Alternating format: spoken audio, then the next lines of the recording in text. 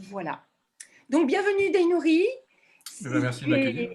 es, si tu es d'accord, eh bien, Oui. ça serait super pour les gens qui ne te connaissent pas, de te présenter, c'est-à-dire eh bien, d'où tu viens Mhm. et qu'est-ce que tu fais, comment tu es arrivé à fabriquer toute ta méthode de travail. Mhm. Voilà. Bon, alors, bonjour à tout le monde et merci Bonjour. d'être venu assister à cette conférence qui pour moi est une première parce que j'ai pas du tout l'habitude de faire ça et de faire des choses comme ça en ligne.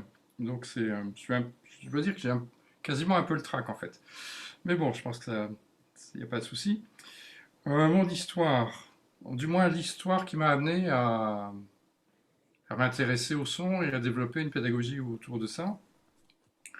C'est le fait que je suis allé faire une pratique de chant diphonique ou dit harmonique dans fin des années 80 et qu'à l'époque donc j'étais chef de chœur, un peu chanteur et puis prof en école de musique, prof de formation musicale et je dirigeais les chorales de l'école de musique et que quand je suis rentré chez moi après le stage, ce qui s'est passé, la première chose qui m'a vraiment surpris, qui a changé, c'est que je n'entendais plus la même chose dans le son, mais entre autres sur les disques, quand j'écoutais les disques, je n'entendais plus la même chose. Je me souviens très très bien d'un disque qui s'appelait Monodie sacré bulgare du XIVe siècle, donc sur des voix d'hommes, c'était, sur un vinyle d'ailleurs. Et la sensation que ça me donnait, c'était comme si on avait ouvert un rideau entre les enceintes de ma chaîne hi et mes oreilles, et qu'avant il y avait un rideau et je ne le savais pas. Et que le rideau masquait un certain nombre d'informations et que d'un seul coup j'entendais plus de choses. Et que le résultat, c'était que la musique était plus riche, plus complète et plus belle. Entre autres, j'entendais d'autres lignes mélodiques qui n'étaient pas dans les notes, mais qui étaient dans le son et des choses, des mouvements à la quinte, à l'octave, des choses comme ça, qui étaient très surprenants. Mais surtout, c'était beaucoup plus beau et ça donnait une sensation de spatialisation qui était meilleure, qui était différente, d'un relief qui était plus important, etc., etc. Et ça, c'était donc sur des enregistrements. Mais après, quand j'ai repris mon travail, c'était pendant les vacances d'été, ce stage, quand j'ai repris mon travail en tant que chef de chœur, il s'est passé la même chose, c'est-à-dire que je n'entendais plus la même chose dans le son du chœur.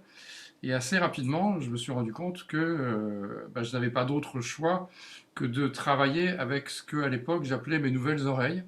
Et donc, j'entendais différemment et je me rendais compte que si je faisais confiance à cette nouvelle perception, eh bien, j'allais plus vite et le résultat musical et sonore était meilleur. Donc, ça a commencé comme ça.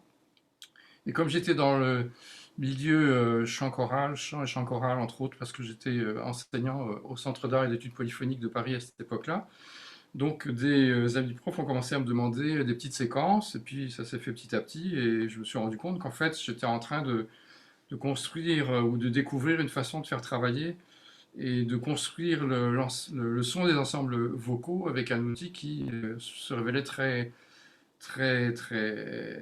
utile, très efficace. Donc ça a commencé comme ça, petit à petit, puis ça a pris quelques années. Et au bout d'un moment, je me suis dit, mais finalement, je pense que ma vraie place, c'est ça, et que c'est ça que j'ai envie de faire. Donc ça a pris quelques années, et puis de fil en aiguille, j'en suis arrivé à ne faire quasiment que ça. Si ce n'est que parallèlement, j'ai développé aussi une compétence de, entre guillemets, prof de chant, ce que je n'étais pas du tout à l'époque. Alors, je ne sais pas si on me considère souvent comme un prof de chant, mais je ne fais pas la technique vocale, je fais ce que j'appelle la technique audio-vocale, c'est-à-dire mettre en rapport juste l'auditif et le vocal à travers le corporel aussi. Donc c'est de ça dont je vais vous parler ce soir. Comment je comment j'aborde ça, comment je construis ça, qu'est-ce que ça veut dire entendre le son complètement. Oula, il y a des bruits bizarres. Il y a des sifflements, il y a des larcènes, J'écoute, j'écoute. il y a un bourdon curieux. C'est bon? C'est bon, Isabelle, j'écoute. c'est ok pour toi? Oui. Peut-être en avant-propos aussi, parmi les personnes qui me connaissent et qui sont présentes, est-ce que il y a encore un bourdonnement, oui. Là, ça y est plus, je sais pas.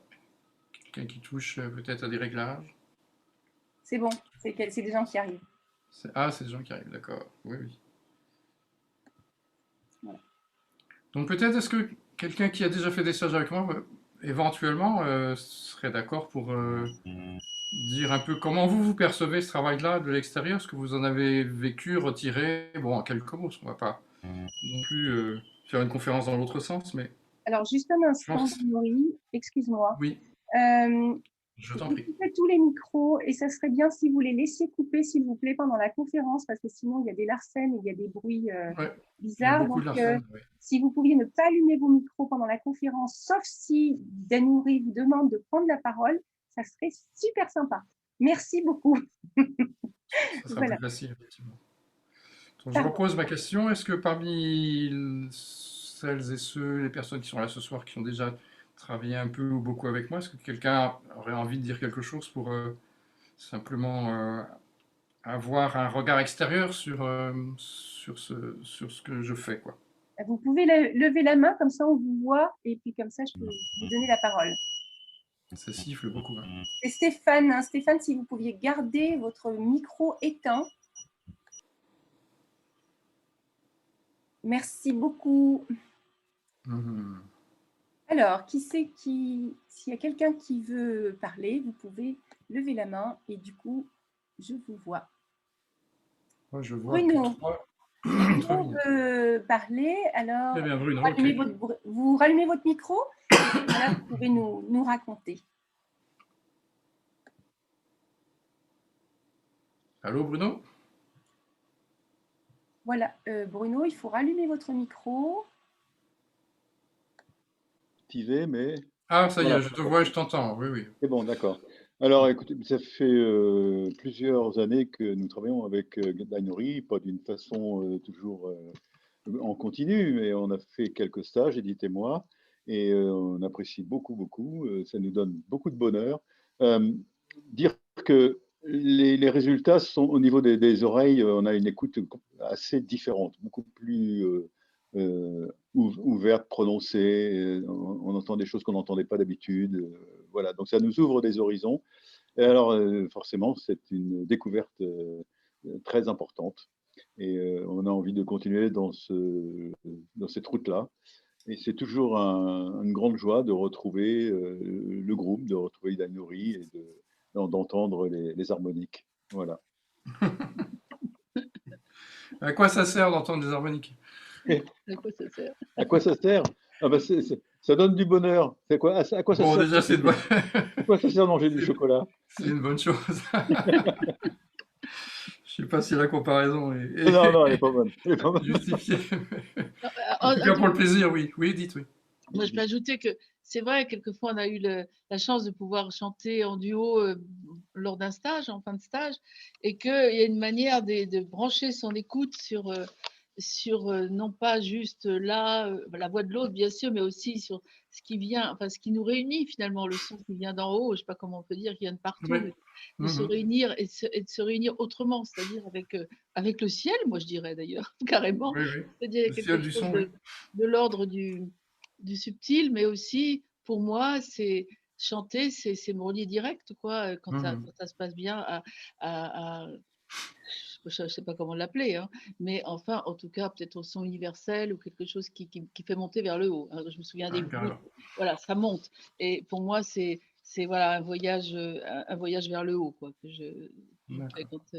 quand je pratique. Malheureusement, ça fait longtemps que je n'ai pas vu d'Aïnouri. Ah, ça Et fait un c'est moment, vrai que c'est effectivement. difficile de garder toujours cette altitude-là. Donc, Mhm. ravie d'être là aujourd'hui. En tout cas, je peux qu'encourager ceux qui découvrent ce travail, parce que, comme dit Bruno, ça apporte beaucoup de bonheur.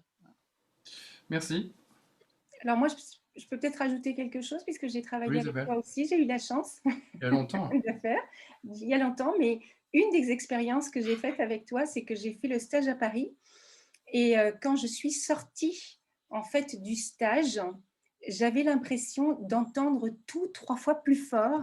Et en Oui. fait, à Paris, en fait, c'était assez désagréable, je dois dire, parce que j'arrivais plus à fermer mes oreilles et j'entendais Oui. le bruit de chaque moteur, j'entendais tous les bruits qu'il y avait autour de moi et j'étais assez perturbée, je dois dire. Par ça, c'était une expérience et en fait, je me suis rendu compte que j'avais beaucoup fermé mes oreilles en fait pendant des années. Donc, le stage m'a complètement fait redécouvrir en fait les sons autour de moi. Et évidemment, dans une ville comme Paris, ben, il y a beaucoup de sons. Et après ça, j'ai pu aussi aborder effectivement la polyphonie ou tout simplement le travail du chant vraiment autrement, puisque j'entendais vraiment j'entendais des choses que j'entendais pas avant. Et au niveau de l'accord, on va dire, des Mhm. voix, c'était assez extraordinaire. Voilà Ouais. mon petit témoignage et je suis du coup ravie que tu sois là. D'accord. Bon, je vais commencer à parler un peu du son.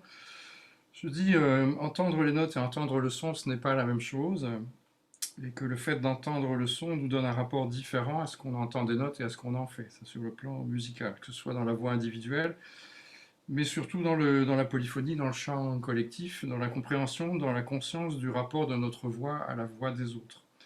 Un son, ou en tout cas un son musical, c'est toujours un ensemble de fréquences, c'est pas une seule chose. Et donc, je vais vous montrer un petit schéma. On va faire un partage d'écran.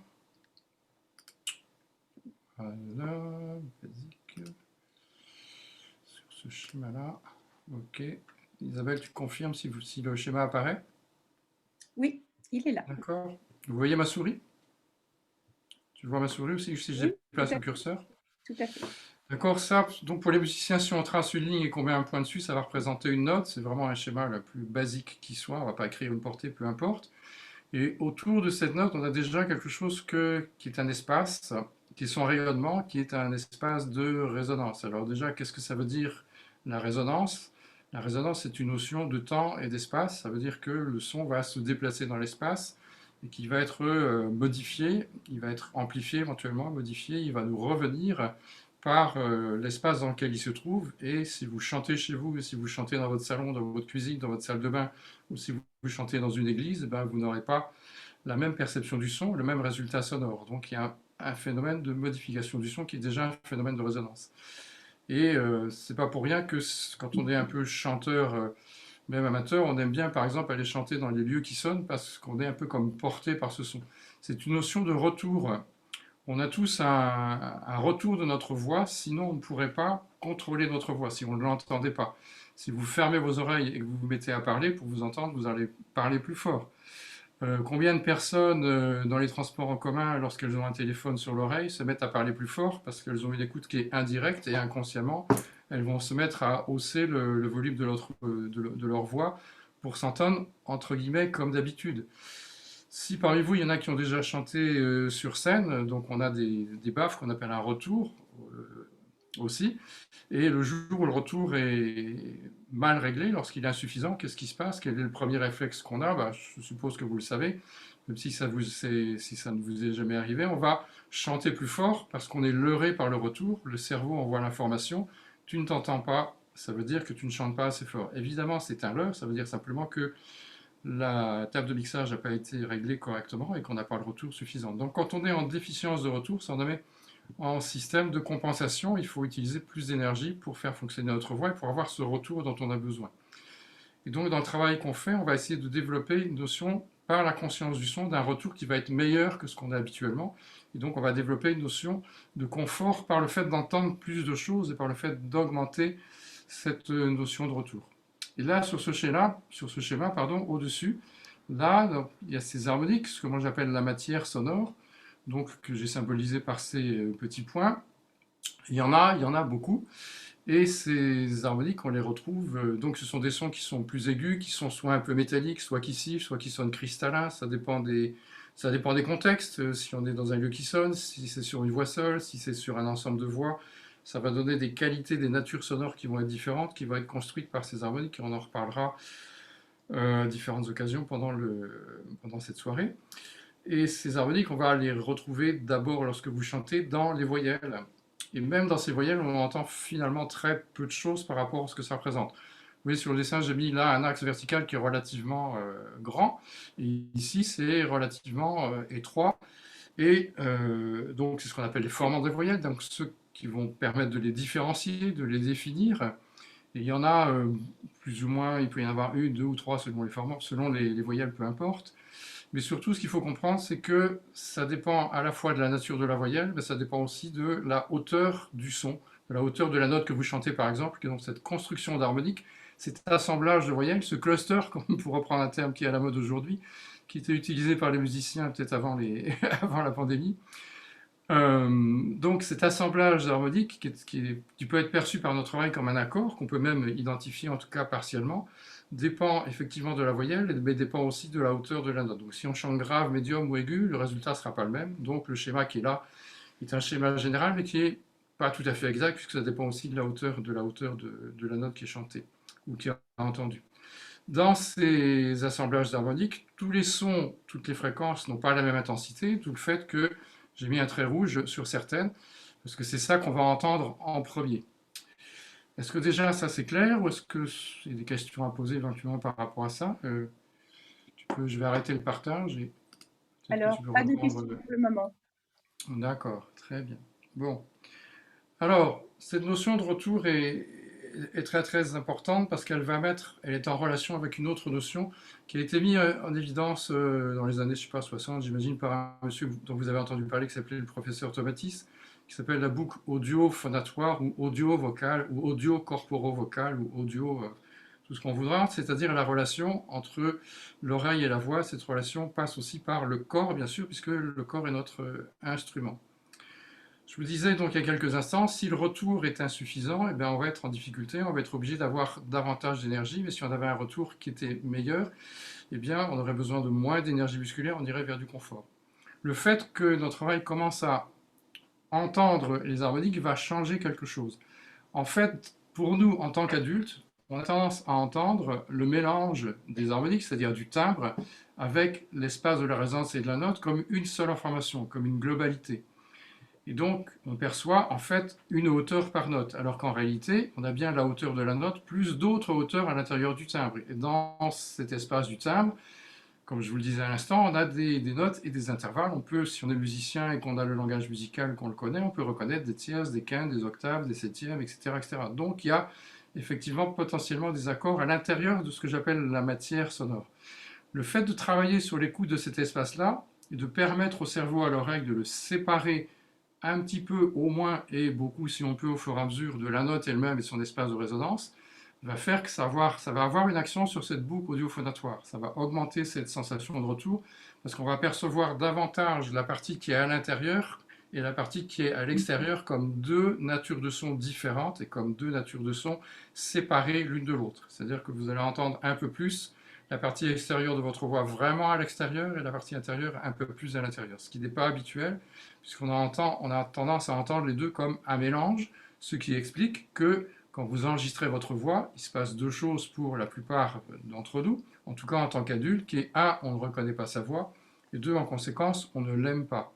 Alors pourquoi on ne l'aime pas? Parce que ce qui est enregistré, c'est essentiellement la partie extérieure, alors que nous, ce qu'on entend, c'est le mélange avec la partie interne de notre propre résonance osseuse qui vient masquer en partie la réalité de notre timbre. Donc on ne perçoit pas la réalité de notre timbre. Par contre, quand c'est enregistré, là vous entendez le réel, et ce réel est inhabituel, donc il peut être perturbant, décevant, etc., etc., etc. Mais c'est un jugement subjectif, et petit à petit, au fur et à mesure qu'on fait ce genre de travail et que ces deux espaces se séparent, je sais personnellement que depuis quelques années, un jour par hasard, j'ai fait un enregistrement de ma voix. C'était justement sur une conversation d'ailleurs au téléphone. J'ai réécouté l'enregistrement après et quand j'ai mis la machine en route et que j'ai écouté, c'était sur mon ordinateur, j'ai dit ah c'est ça ma voix, je la trouve super. Mais c'était la première fois que j'avais cette expérience-là. C'est-à-dire que pour moi, la séparation entre la partie extérieure et la partie intérieure est suffisante pour que j'ai pratiquement plus de différence dans ce que j'en perçois. Alors, je vais remettre ce schéma. Je vais refaire le partage d'écran. Ok. Voilà. Voilà. Alors, on va mettre celui-ci. Voilà. Isabelle, tu me confirmes si tu as... Ah, mais je ne l'ai pas celui-là. Oui. C'est un nouvel écran qui apparaît. Oui. Alors, moi, j'ai pas le bon par contre. Voilà, j'ai celui-ci. Ok, voilà.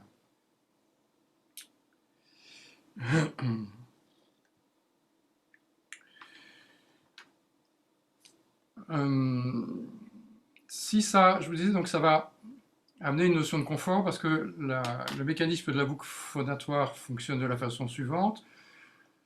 Plus vous entendez le son, moins votre corps a besoin d'énergie pour le produire. Et donc, ça va alléger les pressions musculaires. Il va y avoir un réglage des pressions musculaires qui va fonctionner de manière de plus en plus confortable. Les gens sont toujours surpris parce que parfois, il y a des personnes qui disent « j'ai l'impression que je ne fais plus rien » et que ça continue à fonctionner quand même. Surtout si on a pris beaucoup de cours de chant et qu'on a été vers des contrôles qui sont assez importants en termes de pression musculaire. Donc il va y avoir un allègement de la pression musculaire au fur et à mesure que cette sensation d'écoute de la voix plus à l'extérieur et de perception des harmoniques va se mettre en place. Et pour faire ça, on va utiliser un système de ralenti sur le passage d'une voyelle à la suivante. Tiens, là, j'ai pas remis d'ailleurs, j'aurais pu remettre le O et le I, j'ai oublié. Donc, si on se promène, si vous écoutez, je veux dire, si je chante O, E, I, E, A, bon, j'entends mon timbre parce que j'ai l'habitude, mais j'entends pas grand-chose en termes de contenu harmonique. Si je veux entendre quelque chose de plus précis, il va falloir que je me promène lentement d'une voyelle à la suivante, que je ralentisse et que j'écoute ce qui se passe lorsque je suis en train de passer d'une voyelle à la suivante. Et là, il va y avoir un mouvement du timbre, c'est-à-dire que ce qui correspond au trait rouge, c'est-à-dire l'harmonique que je vais percevoir le plus, va en fait se déplacer, le formant va se déplacer, et on va entendre cette harmonique principale. En clair, si je fais je ne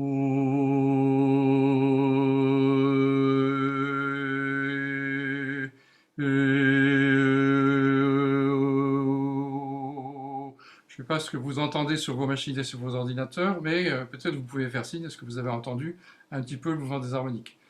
La différence entre ce que je fais là et ce qu'on fait quand on fait du chant diphonique dont je parlais tout à fait au début dans la présentation, c'est que dans le chant diphonique, on va déformer les voyelles, on va les casser d'une certaine façon, on va les écraser, on pourrait dire, pour sélectionner cette harmonique principale et diminuer les autres, comme le font les chanteurs mongols, jusqu'à ce que cette harmonique soit suffisamment puissante pour sonner presque comme un instrument. Dans le travail que je fais, on n'est pas sur un travail technique, on est sur un travail qui est d'ordre sensoriel, c'est-à-dire en quoi, sans déformer le son, on va révéler sa richesse et on va permettre à l'oreille et au cerveau d'entendre plus d'informations qui sont à l'intérieur. Donc c'est en entendant ce mouvement des harmoniques que petit à petit, on va percevoir plus de choses et que ce mécanisme de la boucle audio-phonatoire va pouvoir se mettre en marche. Il y a deux étapes dans ce travail. Il y en a une qui est l'exercice de base, donc qui consiste à faire du ralenti sur les voyelles pour que vous entendiez vos harmoniques en le faisant très très lentement jusqu'à ce que vous commenciez à les entendre. Et j'utilise un phénomène de retour. Là aussi, je vais donc couper le partage à nouveau pour que vous puissiez me voir. Est-ce que là, vous me voyez? J'imagine que oui. Oui. Donc ce que je fais, je rajoute un retour artificiel en mettant les mains devant la bouche, comme ça, comme si je chantais dans un bol. Quand je fais ça, peut-être que vous entendez que ma voix change un peu. Là, pareil, vous pouvez faire un signe, c'est pour vous, vous entendez qu'il y a un changement. Et si je fais ça, bah, évidemment, je vais amplifier certaines fréquences par rapport à d'autres en fonction de la distance. Je vais chercher la distance où ma voix sonne le plus dans mes mains. Ça va me permettre de renvoyer les harmoniques vers mes oreilles, de les entendre mieux. Et quand je vais commencer à les entendre, je vais réenlever les mains. Quand je fais ça, en fait, j'entends davantage la partie extérieure de ma voix puisqu'elle est dans mes mains. Donc je suis en train de séparer la partie intérieure de la partie extérieure. Une fois que je vais commencer à entendre, je vais enlever mes mains, je vais entendre ma partie extérieure davantage à l'extérieur en rapport avec l'espace dans lequel je suis, en rapport avec la résonance du lieu dans lequel je suis en train de chanter. Donc on va utiliser aussi un phénomène de retour supplémentaire. Ensuite, de quoi? Il y a une autre étape qui est, comment dire, il ne s'agit pas uniquement d'entendre ce qui se passe, excusez-moi, j'ai un chat dans la gorge, ce qui n'est pas terrible. On va peut-être essayer de boire un peu. C'est pas très beau à l'écran, mais c'est pas grave.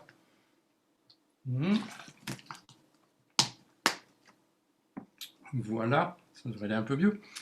Et donc, l'étape suivante, c'est comment appliquer ce mode de perception, le fait d'entendre et de faire fonctionner cette boucle audio-phonatoire pour alléger le mécanisme vocal, c'est comment l'appliquer sur du chant, sur du répertoire. Et là, il y a une astuce, il y a une façon de travailler qui est particulière. Là, Isabelle, tu me vois toujours? Oui. Oui, d'accord, parce que je vois juste une vignette. Ah, d'accord, je ne te voyais plus. Ok. Je vais expliquer comment ça marche. En fait, quand on chante, notre mémoire est sur essentiellement le texte et les notes, c'est-à-dire la structure qu'on a mémorisée, c'est-à-dire la structure musicale et la structure langagière. Mais donc, pour que ça fonctionne correctement et pour que ça se mette à sonner correctement, on estime qu'il faut répéter, répéter, répéter jusqu'à ce que tout fonctionne au mieux et qu'on obtienne un résultat sonore et qui soit aussi en rapport avec l'amélioration du résultat musical. Moi, je procède à l'envers, c'est-à-dire que j'essaie de mettre le son avant. Je dis, si je n'ai pas le son sur la première note, eh bien, je vais être obligé je vais me retrouver en difficulté sur les notes suivantes et ce sera plus difficile que si je l'avais dès le départ. Et donc, ce que je vais faire, je vais demander à la personne en cours de chanter uniquement les 2 ou 3 premières notes de la phrase avec le retour, comme si elle était en train d'écouter ses harmoniques. Et au fur et à mesure, ce qui va se passer, c'est que le cerveau, au lieu de continuer à écouter le texte puisqu'il n'y en aura plus, ou d'écouter les notes puisqu'il n'y en aura presque plus, va à un moment donné s'installer sur l'écoute du son de plus en plus. Ce qui veut dire qu'on va entendre le son évoluer dans nos mains, ou moi je vais entendre le son évoluer dans les mains de la personne. Et au bout d'un moment, ça va. Peut-être je le ferai 3 fois, 4 fois, 5 fois, 6 fois, parfois c'est 10 fois, jusqu'à ce que j'entende que ça ne change plus, que le résultat ne s'améliore plus, que le son ne s'améliore plus. Et à ce moment-là, je demande à la personne d'enlever les mains et de rechanter normalement la phrase en entier.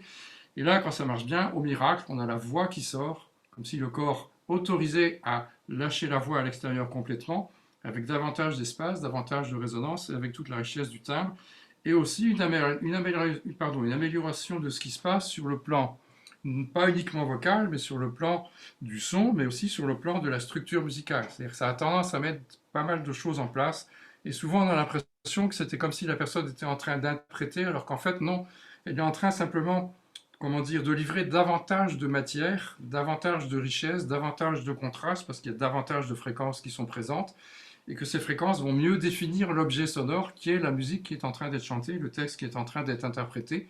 Donc on va avoir plus de facettes, on va avoir plus de choses, et on va avoir un résultat musical et sonore qui vont être bien, bien meilleurs. Et au début, peut-être, ça ne tiendra pas jusqu'à la fin du morceau. Et dans ce cas-là, je dis à la personne, simplement, quand vous avez l'impression que ça marche moins bien, reprenez là où vous vous êtes arrêté. C'est un peu comme si on avait à remettre le train sur les rails, donc à réécouter, remettre l'oreille, remettre le cerveau sur l'écoute du son.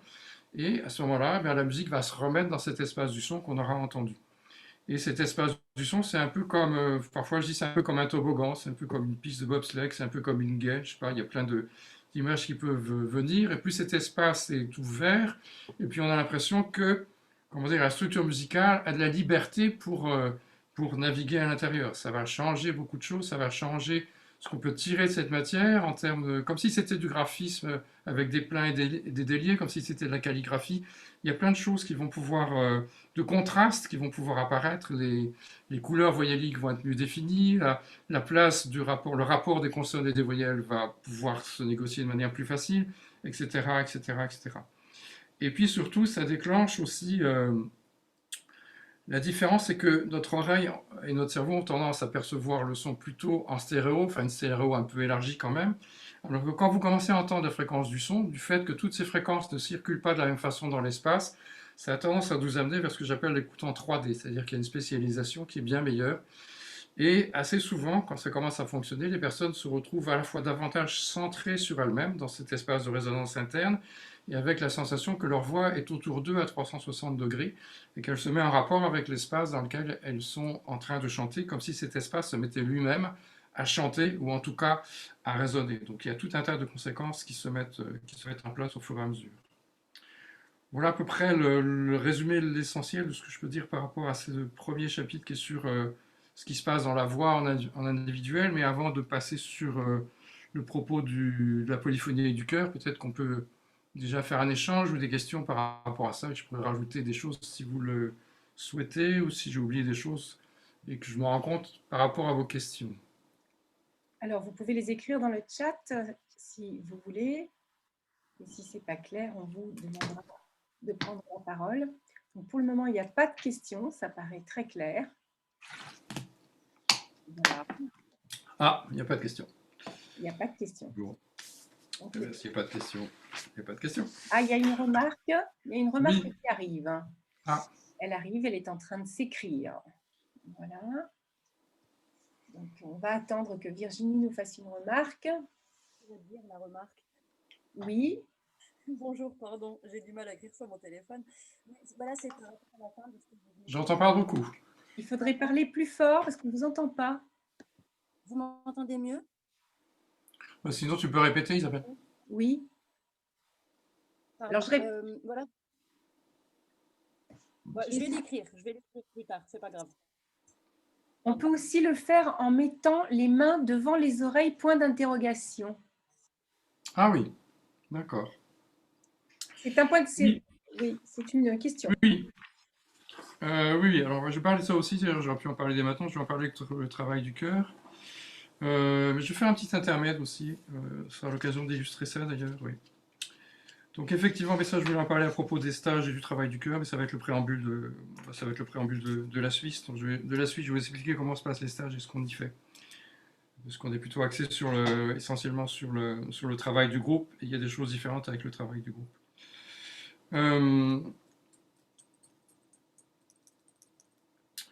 Quand on est en groupe, la première chose qu'on fait, c'est de travailler sur l'écoute de l'unisson, sur le groupe lui-même, jusqu'à ce que, par le fait de prendre le temps d'écouter l'unisson, votre oreille commence à séparer les fréquences, c'est-à-dire qu'on va avoir la note, parce que vous voyez sur le schéma, et puis les harmoniques qui vont commencer à arriver au-dessus. On commence par des sons en bouche fermée.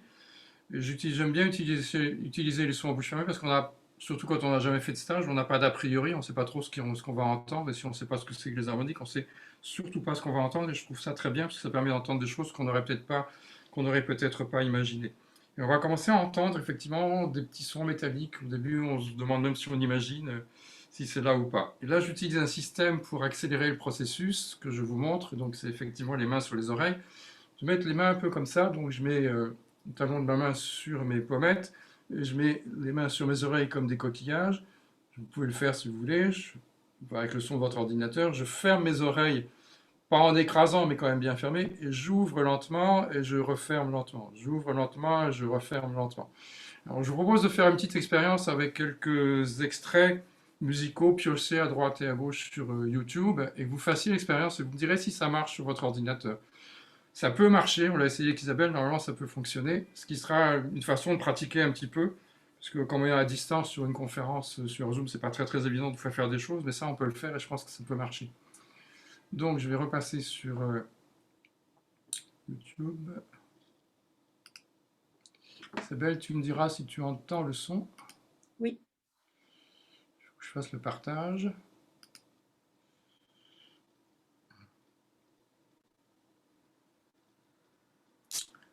Ok. Alors, je refais le partage. Avancer le son de l'ordinateur. Partager l'écran. Dis-moi si tu entends. Oui. Donc, tout le monde entend, faites signe éventuellement.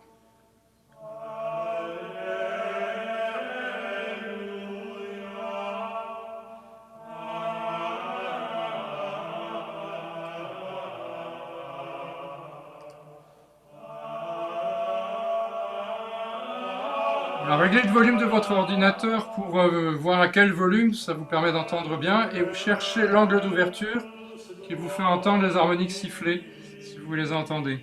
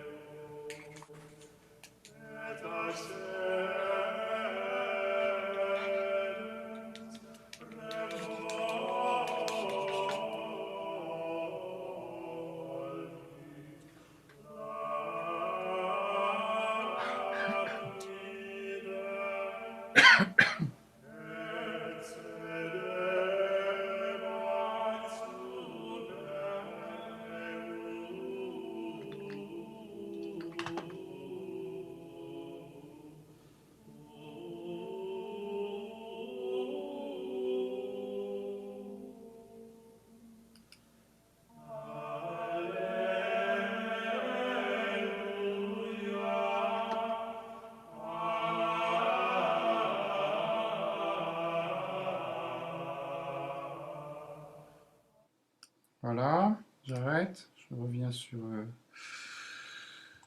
vous. Est-ce que vous avez entendu des choses?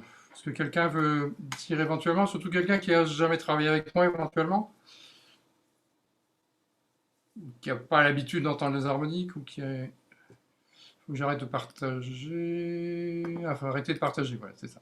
Ok. Si vous voulez, par exemple, lever la main, il y a des petites réactions, vous pouvez réagir et vous pouvez, par exemple, mettre lever la main et à ce moment-là, on sait que vous voulez parler. Il n'y a personne qui lève la main. Il n'y a pas de groupe bavard. Donc, je ne sais pas si vous avez entendu. J'aimerais savoir au moins si vous avez entendu un peu. Si le fait d'avoir mis les mains sur les oreilles vous a servi à quelque chose. Parce que sinon, c'est pas la peine que je vous fasse entendre d'autres choses. Oui. Est-ce que je peux demander quelque chose? Ça marche ou pas? Oui, ça marche. On vous Oui, écoute. oui, ça marche. Oui, oui. Ok.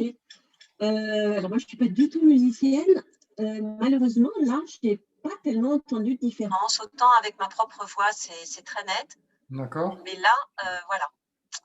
Je D'accord. dois dire Oui. ce qu'il en est de ma part. Non, non, très bien, mais je ne sais pas ce qui se passe sur les ordinateurs pour chaque personne. Donc, c'est pour ça aussi que je pose la question. Pour savoir si c'est utile que je poursuive l'expérience ou pas. Et si ça ne marche pas, ça ne marche pas. Donc, est-ce que quelqu'un a entendu? Est-ce qu'on peut avoir un retour éventuellement? Quelqu'un qui aura entendu pour qu'il... Oui, mais Bruno, vous avez fait des stages, donc effectivement, vous avez l'habitude. Donc, je vous avais en faire Il a dit bof, bof quand même. Ah, bof, bof. Damien. Alors, on a Damien qui veut réagir. Christelle, je vous invite à recouper votre micro. Oui. Merci.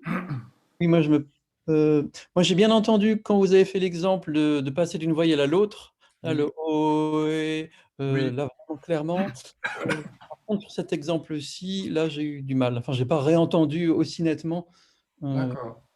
Je vais refaire un essai avec d'autres voix. Je vais vous faire écouter des choses très très différentes, puisque là on était sur la musique ancienne, sur la musique médiévale, presque monodique ou pas loin, parce que c'est l'organum à deux voix. Je vais vous faire écouter une voix de moine tibétain, donc on est vraiment sur une autre production sonore. Et ça peut-être, ça va être plus facile. Partage d'écran.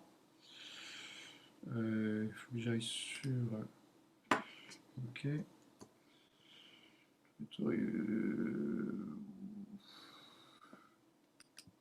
Ah, non, je vais vous faire écouter de la liturgie orthodoxe pour l'instant, sur de la monodie encore.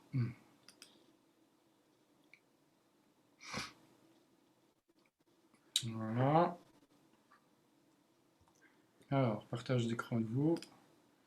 Partager le son, c'est parti. Isabelle, tu me confirmes si tu entends une fois que je mets en route.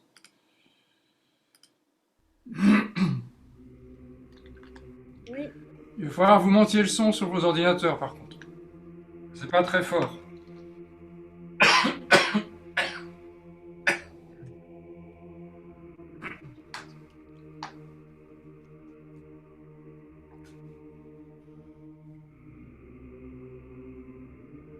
Il faut vraiment chercher l'angle d'ouverture des mains. C'est très proche de la fermeture. Fermez bien, réouvrez très très lentement. Et il y a un endroit où ça va siffler. Sur cet extrait-là, vous allez vraiment entendre une voix qui siffle.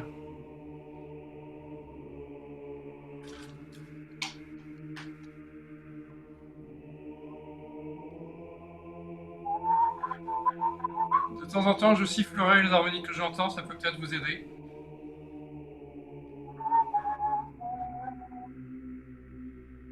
Peut-être vous m'entendez siffler.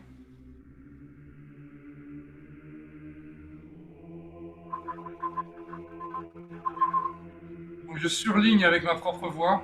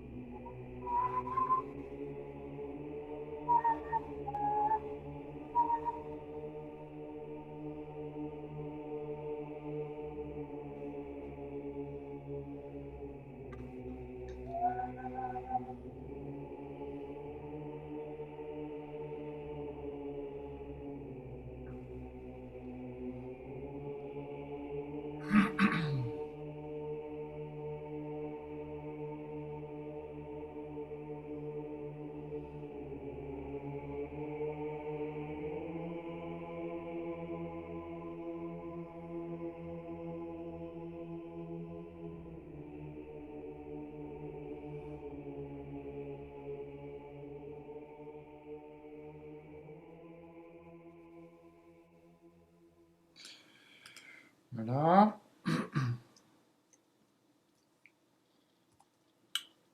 J'arrête le partage. Ok. Est-ce que vous entendez? Tu m'entends à nouveau? Je ne t'entends pas. Oui. Ah d'accord, oui, oui. Est-ce que c'était mieux? Est-ce que quelqu'un peut dire éventuellement? Je ne vois pas vos vignettes, je vois des noms, mais je ne vois pas de visage, donc je ne vous vois pas si vous me faites signe. Oui, enfin, moi j'ai entendu. Toi, tu as entendu, oui, oui. C'était Damien qui était intervenu, non? Tout à l'heure, je ne sais pas. Qui a pris. Est-ce que c'était mieux ou pas? Oui, Ah, je vous vois. à la Oui? fin, ça y est, commencer à Commencez à se faire, voilà. percevoir. Ouais, ouais, ouais. C'est vrai que dès le moment qu'on en perçoit une, après on arrive à la Voilà. suivre, à la Après, garder. on a la mémoire qui se met en place puisqu'on l'a entendu une fois. Donc parfois, effectivement, là, je siffle pour vous aider à entendre un peu plus. Donc ça les souligne. Mais quand j'arrête de siffler, si vous entendez que ça siffle encore, c'est que vous commencez à entendre vraiment ce qui se passe dans le son lui-même. Donc ça, c'est la base du travail, ça fait gagner du temps. Et ce qui est intéressant aussi, c'est que plus les voix sont graves, plus l'espace du timbre va s'agrandir et plus on va entendre de choses dans l'aigu. Ce qui est toujours intéressant à comprendre, et surtout dans le travail de la voix et dans le travail du cœur, c'est que plus il y a du grave et plus il y a d'aigu, et plus il y a d'aigu, plus il y a du grave. C'est un ensemble, et ce qu'on va chercher ou ce qu'on va obtenir au fur et à mesure, c'est que plus la conscience du son va se développer, plus on va obtenir un équilibre des différentes fréquences. Donc on ne va pas chercher à construire une voix spécifiquement avec plus ou moins de grave, plus ou moins d'aigu, on va chercher à ce que toutes les fréquences deviennent conscientes, pour que par le jeu de la boucle audiophonatoire, elles soient produites conformément à ce que raconte Tomatis, qui dit que ce qui n'est pas entendu n'est pas tout à fait complètement produit, et c'est effectivement le cas. Moi, je sais que ma voix a beaucoup changé quand j'ai commencé à faire ce travail-là, et que ça a timbré ma voix sur l'aigu du timbre d'une manière qui était totalement inhabituelle pour moi. La deuxième étape, ça va être encore de travailler sur l'écoute des unissons, mais dans l'écoute des voyelles, pour commencer à entendre les harmoniques. Et quand on travaille sur un haut, sur un chœur mixte, sur le médium, la première chose qu'on va entendre, c'est une quinte qui sonne comme un verre de cristal. Ça se met sonner vraiment comme du cristal, et c'est assez facile à repérer. En réalité, cette quinte, elle se trouve déjà à une octave, plus une quinte au-dessus de la note que vous êtes en train de chanter. Et pour notre oreille, en tant que musicien, on entend simplement une quinte qui se met à siffler comme un verre de cristal ou comme un bol tibétain. Et puis après, quand on va commencer à jouer sur les voyelles, on va prendre des voyelles qui ouvrent un peu plus le timbre vers l'aigu, on va entendre des tierces, des octaves, des septièmes, etc. On va faire beaucoup de travail de travail d'écoute à partir de l'unisson pour, comment dire, ne pas être dans la musique et être vraiment dans l'écoute du son. À partir du moment où on repart dans le phénomène musical, notre mémoire repart sur le phénomène musical. Donc la base du travail, c'est quitter la mémoire de la musique pour écouter le son. Jusqu'à ce qu'on entende un peu plus de choses, et au fur et à mesure qu'on va entendre, la production va évoluer, et après on la remettra en relation avec la pratique musicale. Autre chose aussi, c'est que quand les harmonies vont commencer à sonner ensemble, elles vont créer un espace, elles vont spatialiser le son du groupe. D'où l'idée que, par rapport à cette image du retour dont je vous parlais en début de soirée, je parle toujours d'aller écouter comme si vous étiez sous une voûte, une belle voûte gothique ou romane, plutôt romane au début d'ailleurs. C'est-à-dire, c'est dit que le son circule dans l'espace, est modifié par l'espace et vous revient comme un phénomène d'amplification et de résonance. Et donc là, collectivement, on va aussi faire travailler la boucle audiophonatoire, mais à partir du groupe, avec l'ensemble des voix. Et ça va commencer à créer un système d'amplification et un système de spécialisation. Au début, par exemple, on a l'impression que le son est plutôt bas, qu'il est plutôt proche du sol, ou pas très haut, et surtout qu'il est à l'intérieur. Je mets souvent les gens, enfin la plupart du temps, les personnes en cercle, et on a l'impression que le son est plutôt à l'intérieur du cercle. Et au bout de, je sais pas, un quart d'heure, 20 minutes, on a l'impression que le son est de plus en plus haut dans l'espace, qui vient commencer à faire sonner la voûte. Parfois, je dis faites chanter la voûte. Qu'est-ce que ça veut dire faire chanter la voûte? Ça veut dire aller l'écouter pour mettre ce mécanisme en route et le faire fonctionner. Et au bout d'un moment, on va avoir l'impression que, en tant que groupe, on est comme à l'intérieur de l'espace sonore. C'est-à-dire que cet espace est agrandi et qu'on l'a construit. Et il y a un phénomène très curieux qui se met en place, qui est une espèce de synchronisation des productions vocales et des cerveaux. Est-ce que vous avez déjà vu sur Internet, je ne sais pas chercher, mais j'aurais pu le faire, vous tapez métronome. Est-ce que parmi vous, il y en a qui ont déjà fait ça? Et vous allez trouver des petites vidéos sur lesquelles on voit des métronomes sur une petite planche en bois, et en dessous, il y a des canettes de bière, de coca, je ne sais pas, enfin en général, elles sont vides, j'imagine. Et donc des métronomes mécaniques. Et ces métronomes sont réglés à la même vitesse. Il peut y en avoir 2, 3, 4, 5. Il y a des gens qui ont fait ça avec 200, 300 pour s'amuser, faire de la mise en scène. Et au début, quand on les met ensemble, ils ne sont pas ensemble. Et au bout de quelques secondes, ils se synchronisent. Il y a un phénomène de synchronisation par la résonance et par la vibration qui fait qu'ils se mettent à battre ensemble. Et si on les redésynchronise, au bout de quelques instants, ils se synchronisent à nouveau. Pourquoi je parle de ça par rapport à ce travail-là? Parce que quand on est sur un travail de groupe, en fait, le système tend à s'équilibrer dans une notion de confort. Et pour nos corps et pour notre cerveau, c'est quand on est vraiment à l'unisson et quand on est sur les mêmes harmoniques, il se passe ce même phénomène. Donc je fais beaucoup confiance, comment dire, à notre partie sensorielle et à notre cerveau, à notre système neurologique pour nous faire le travail sans que ce soit à nouveau un travail technique, mais que ce soit un travail de type sensoriel. Isabelle, tu es complètement figée sur mon écran et je ne te vois, oui, c'est une drôle de figure. Je ne sais pas si je peux rafraîchir. Non, ça ne marche pas. Et donc, du coup, je ne sais plus ce que je disais, excusez-moi. Et donc, d'aller écouter ce rayonnement sous la voûte jusqu'à ce qu'il nous revienne et qu'à un moment donné, ce qui va se passer, c'est qu'on a l'impression que le son du groupe devient porteur. Isabelle, tu peux parler, s'il te plaît? Oui, je suis là. Ah, ok, c'est ça, voilà.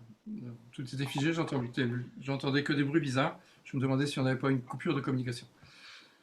Tu m'as entendu jusque-là sans problème? Sans problème. D'accord, très bien. C'est- Oui, Oui, c'est Marie-Hélène qui allume son micro et du coup, c'est elle qu'on entend. Donc, je surveille en même temps. Donc, si Marie-Hélène veut bien laisser le micro fermé, ce serait coupez le super. micro à nouveau. Oui. Merci.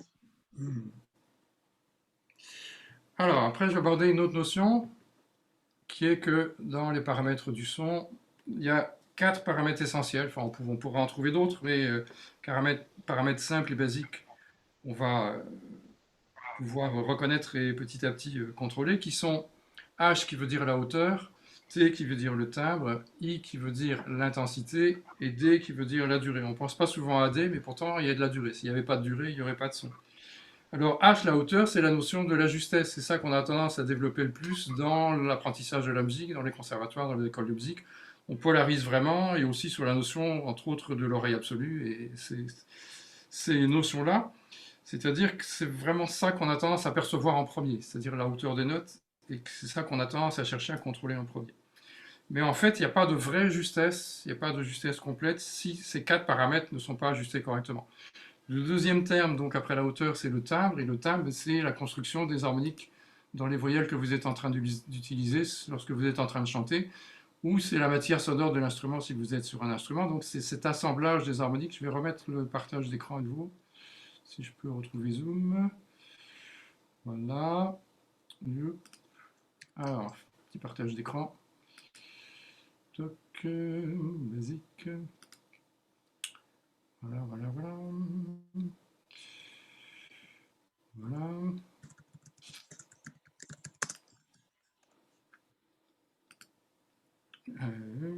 Bon. Isabelle, tu peux me confirmer que tu vois un schéma? Oui.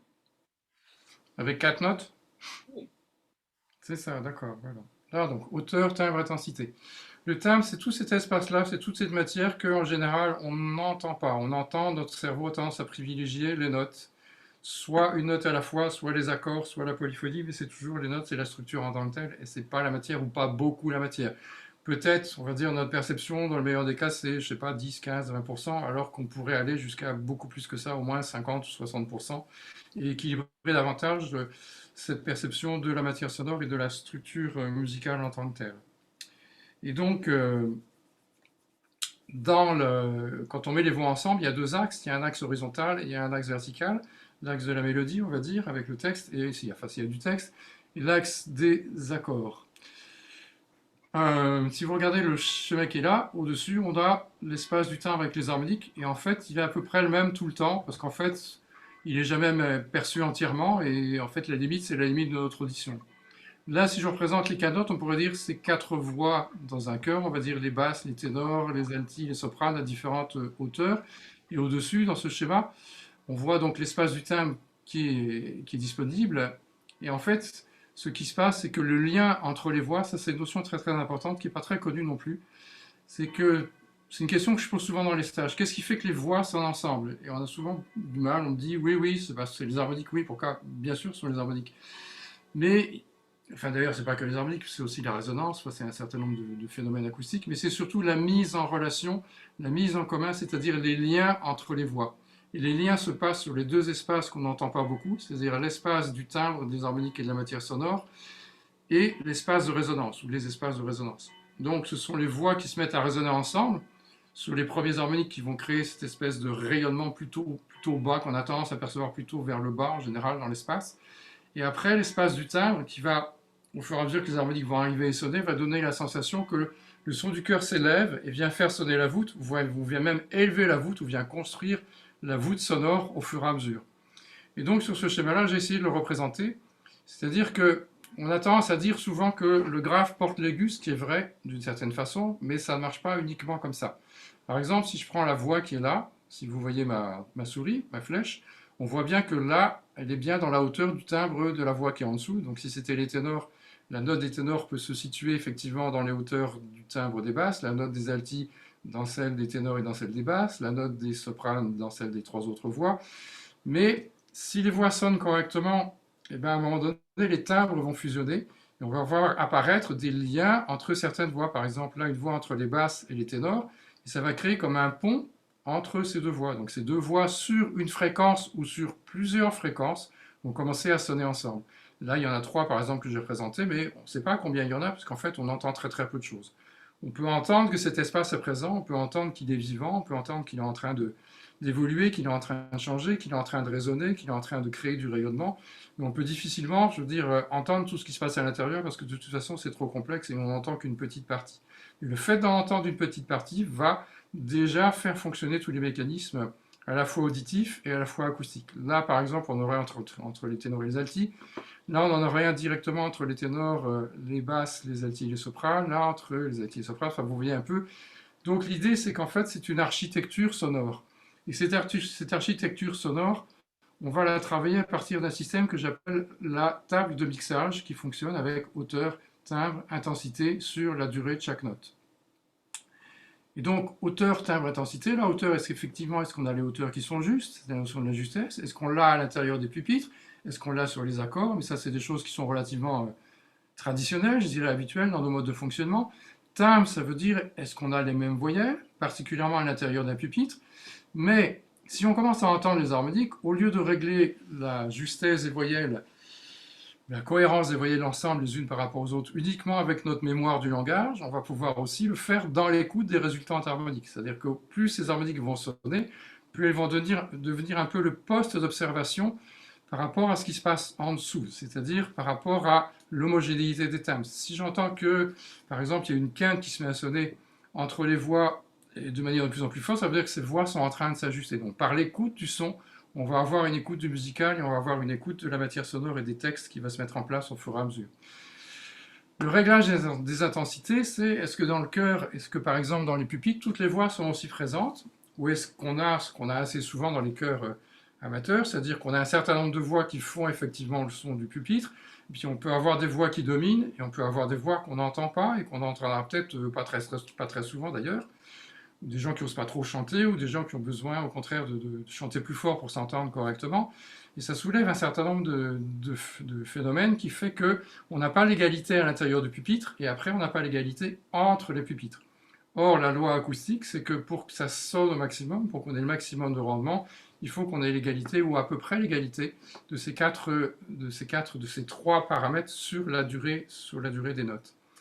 Et donc, au fur et à mesure que ça va commencer à se faire, si on écoute le son, au lieu de dire dans le chœur à telle personne, toi plus fort, toi moins fort, toi ton A comme ça, toi ton I comme ça, etc., par l'écoute du son, ça va avoir tendance à ajuster les voix, et plus on va le travailler de cette façon-là, et plus on va voir que finalement, au lieu de reprendre toute la phrase en entier, c'est peut-être juste un endroit, juste un phonème, juste une voix, juste un pupitre, peut-être même juste une personne.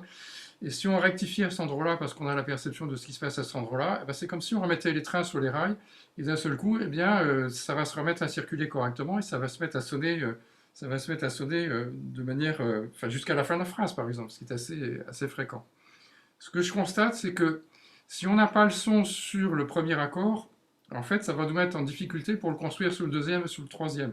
Si on l'a sur le premier, ça a tendance à nous emmener par le phénomène de résonance et par la durée de la résonance et par les fréquences du timbre, à nous emmener comme une espèce de conduit vers la suite de ce qui se passe dans le vent musical. Et ça se passe toujours, les pertes de timbre, les pertes de résonance, les pertes de matière sonore sont toujours systématiquement sur les 3 premières notes de la phrase. Si ça tient sur les 3 premières, ça tient jusqu'au bout. Mais comme, comment dire, chaque timbre est un espace, est-ce que vous voyez mes mains? Je pense que vous me voyez, oui. Oui. Comme chaque, je veux dire, espace harmonique est différent en fonction de la voyelle et de la fonction de la hauteur, c'est toujours en train de changer. C'est toujours en mouvement. Et c'est ce mouvement du timbre qui va donner le mouvement du son, qui va donner le mouvement du phrasé, qui va donner le mouvement de la musique. C'est pas uniquement dans les notes, c'est aussi dans la matière sonore. Souvent, je dis les notes, c'est un peu comme le GPS, c'est-à-dire c'est une carte, ça nous dit où ça va, par où ça passe, à quelle vitesse. Mais si vous ne savez pas lire la musique et que vous avez une partition en face de vous, bah, il ne se passera rien dans votre cerveau et dans vos oreilles. Donc c'est bien dans la matière sonore et dans la perception et le contrôle qu'on en fait que c'est en train de se construire. Donc si on est sur cette image de la table de mixage, petit à petit, on va pouvoir le construire dans ce rapport de l'écoute du son en rapport avec l'écoute des notes, au fur et à mesure du déroulé de la partition. Et la conséquence, c'est que ça va à nouveau spatialiser le son du cœur, c'est-à-dire qu'on va avoir la sensation qu'on chante comme à l'intérieur, on va avoir ce retour collectif qui va donner la sensation au chanteur qu'on est individuellement porté par le son du cœur qu'on a construit. Et plus on peut le construire consciemment, et plus cette sensation de retour est importante, plus on va avoir la sensation qu'on est comme porté, que ça devient confortable. En fait, dans les chœurs, il y a des personnes qui sont portées, d'autres qui sont porteuses. Il y en a qui le savent, il y en a qui ne le savent pas. Prenons quelqu'un qui arrive en cours d'année qui ne connaît pas forcément le répertoire. Il y a des gens qui ont la capacité de se mettre à côté de quelqu'un dont s'il voit que cette personne maîtrise bien sa partition, se mettre à côté et au dixième de seconde pourrait quasiment chanter en même temps avec un peu d'habitude. Donc ils se font en fait, se mettent en résonance acoustique avec la voix de la personne. Il y a des gens qui font ça très bien et ça se met à fonctionner. Dainouri, oui, tu pourrais peut-être ne plus partager ton écran, comme ça on te reverrait mieux. D'accord, c'est une bonne idée. Je suis d'accord. Alors, il faut que j'aille sur Zoom. Voilà. Voilà. Des questions par rapport à ça encore? Alors, pour le moment, dans le chat, il n'y a pas de questions. Ok. Il y a eu des réflexions sur le fait d'écouter avec un casque pour mieux entendre tout à l'heure, mais du coup, eh bien, si vous aviez un casque, ça ne marchait pas parce que vous pouvez faire l'exercice avec vous. Oui, j'ai vu qu'à un moment donné, avec un casque, et puis je n'ai pas pensé à dire, si vous mettez le casque, vous pouvez mettre les mains sur les oreilles, ça ne peut pas marcher, bien évidemment. Oui, oui. Mmh. Et donc, Dainouri avait bien précisé que le deuxième était moins fort, c'est pour ça que vous avez moins bien entendu. Voilà. Ok. Oui, il n'y a pas plus de questions, donc par rapport. Okay. Mmh. Alors, je vous refais une petite séquence d'écoute à nouveau.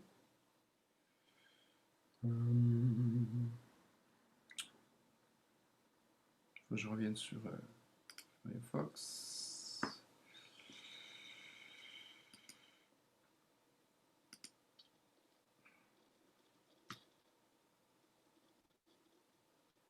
Voilà. J'avais dit tout à l'heure, je vous ferai écouter des voix de chanteurs tibétains. J'aime bien faire écouter ça parce que c'est un peu des choses un peu extrêmes dans le vocal et surtout on est sur des voix qui sont très graves et au-dessus il y a beaucoup d'harmoniques, on peut entendre pas mal de choses. Partager l'écran, partager le son de l'ordinateur.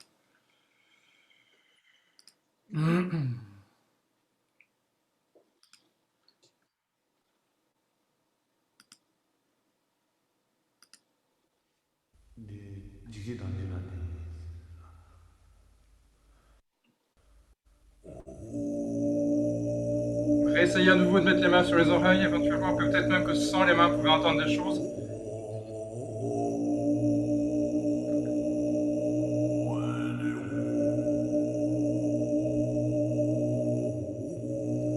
C'est bien quand ils vont commencer à psalmodier.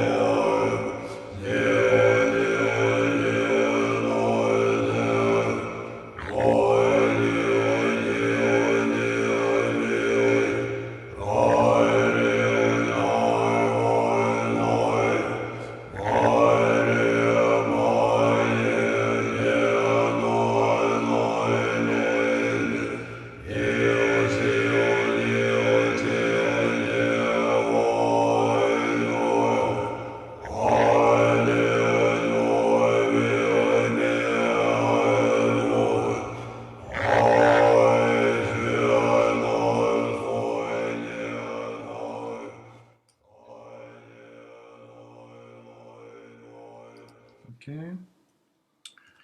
Comment est-ce? J'arrête le partage d'écran. Alors là, c'est net, hein, dit Anne-Marie. Ça devrait être plus net, effectivement, sur ces voix-là, oui. Sur les voix graves, c'est plus facile à entendre. Je voudrais faire une expérience, mais je ne sais pas si c'est réalisable. Est-ce que je peux à la fois partager l'écran de mon téléphone pour vous montrer les sonogrammes en même temps que le son sur YouTube? Je ne pense pas. Ça ne marche pas. D'accord. Le son sur YouTube. Ah, que le son? Oui. Il faut essayer. Je vais essayer. Il faut D'accord. partager À ce le moment-là, son, vous verrez le spectre harmonique des voix des Tibétains sur l'écran en même temps. Je vais déjà simplement partager mon téléphone. Je vais vous montrer des choses. Il faut que je refasse partager.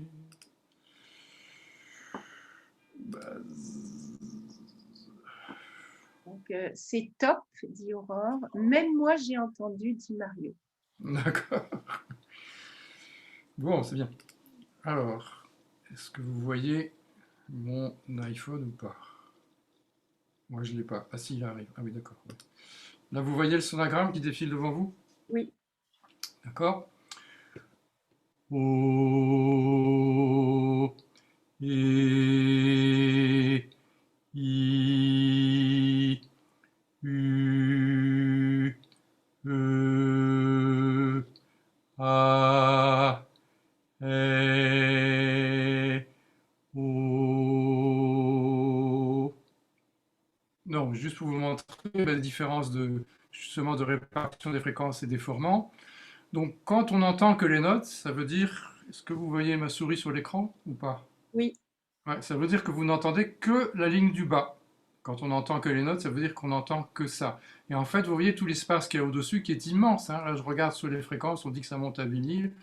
Éventuellement, pourquoi pas, mais dans ce qu'on peut entendre, même moi, dans ce que j'entends grosso modo ça dans ce qui se passe dans les harmoniques, cet espace-là. Même si j'entends que là, il y a comme une matière qui est métallique, qui est brillante, on a plus déjà de mal à l'identifier. Et ce qui est au-dessus là, ce qui est là au-dessus et qui apparaît un peu comme un nuage, vous voyez, ça monte encore là au-dessus, il y en a énormément, énormément, et ça, on ne l'entend pas. Et même au-dessus, il y en a encore. Si on avait un logiciel qui nous permettrait de monter jusqu'à 20 000, voire encore au-delà, il y en aurait encore. Plus c'est loin, plus ces harmoniques sont proches les unes des autres, et moins elles sont fortes, elles sont de plus en plus faibles. Donc il y a une espèce de pyramide de l'espace sonore qui fait que de toute façon, pour notre cerveau et pour notre oreille, ce qu'on va entendre, c'est les traits qui sont les plus contrastés là, ceux qui sont en orange là. Et là, ce qu'on va entendre, ça ressemble assez souvent à des accords musicaux parce qu'on va entendre des octaves, des quintes, des tierces, des septièmes, etc. Au-delà, les intervalles vont se complexifier. Et à un moment donné, on va avoir des intervalles qui vont être tout petits et on aura de plus en plus de mal à les reconnaître, voire à un moment donné, on n'entendra pas. Et si on continue à aller plus loin, on va avoir des choses qui sont plus petites que les demi-tons, et là, on n'entendra de toute façon presque rien. Enfin, on pourrait avec des machines, pourquoi pas, mais en tout cas, on aura vraiment beaucoup de mal à les reconnaître, à les identifier. Donc, on n'entend qu'une infime partie. Donc là, je vais essayer de mettre le son des moines tibétains, vous voyez, puis je vous passerai autre chose, par exemple la monodique tout à l'heure, pour que vous entendiez la différence. Éventuellement, je le remets. Est-ce que vous l'entendez? Oui. Alors, je mets le sonogramme en route.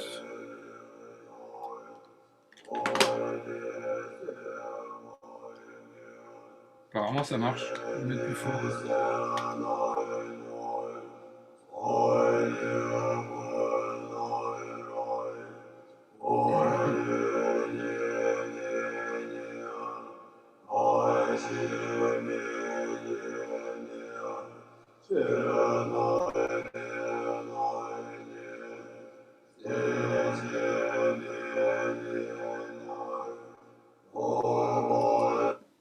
Ok.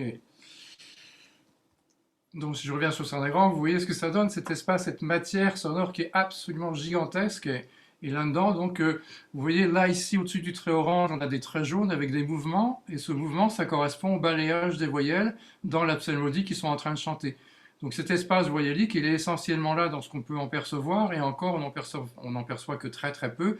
Et au-dessus, il y a tout ce nuage de la résonance des voix qu'on entend quasiment pas. On entend peut-être une espèce d'arrière-bruit à l'arrière-plan et encore pas grand-chose. Il y a un musicien, un ethnomusicologue qui s'appelle Mickey Hart, je ne sais pas si vous avez connu ce monsieur-là, qui faisait partie d'un groupe dans les années 70 qui s'appelait le Grateful Dead, si vous avez connu ça.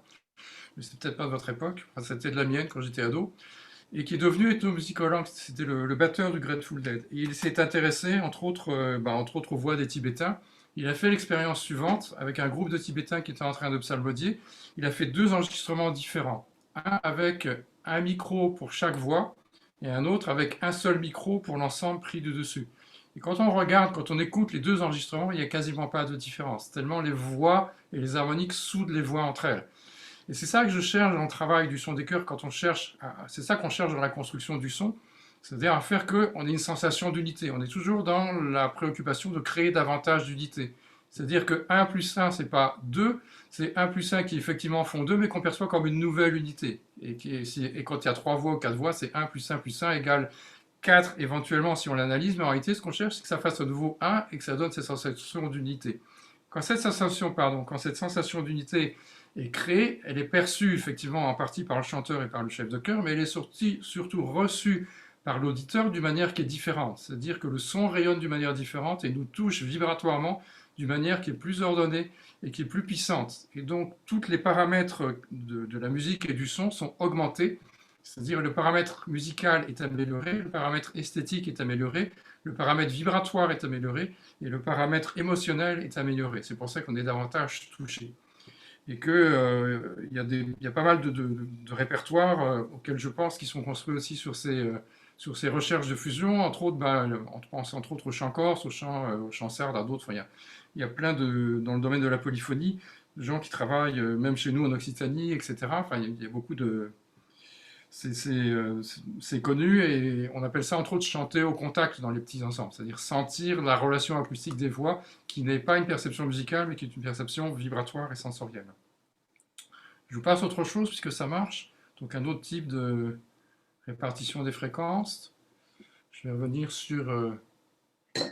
Oula, c'est quoi ça?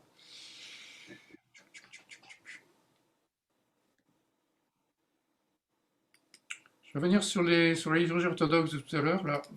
Donc, vous allez la voir avec le sonogramme si ça veut marcher.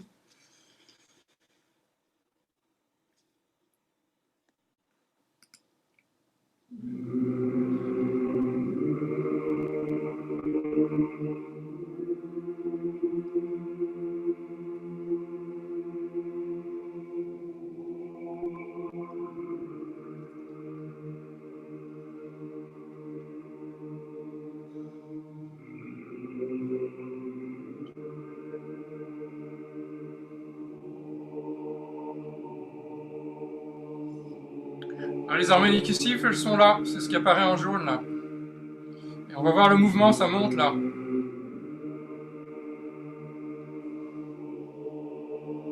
Il y a le bourdon, la basse, et il y a des mouvements au-dessus qu'on voit.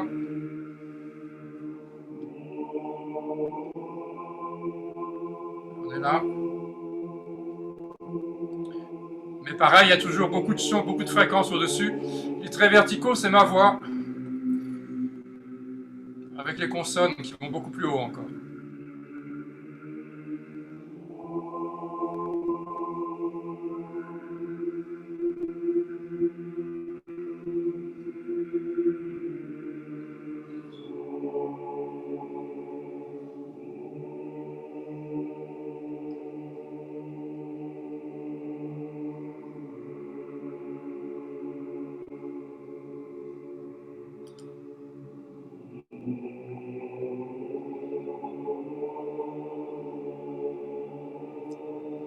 Donc faites les deux, mettez des mains et regardez le sonogramme.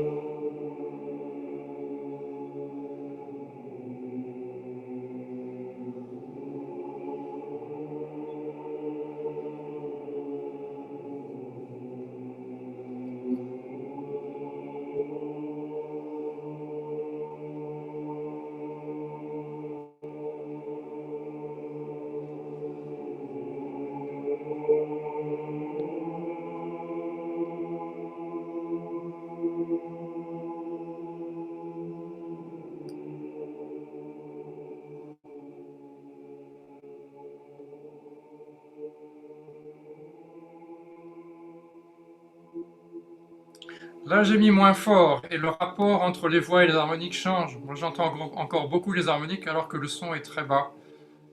Vérifiez pour vous. Et j'entends comme une deuxième voix parallèle assez souvent.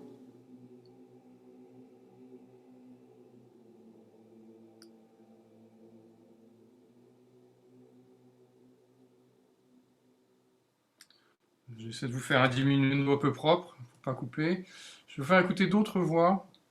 École Notre-Dame. Des voix corses, par exemple, et des voix féminines, ça changera. On verra sur le sonogramme, mais aussi qu'est-ce que vous entendez dans ces voix-là. Donc pareil, là on est aussi sur des principes de fusion de voix pour créer de la matière sonore très riche et qui élève le son.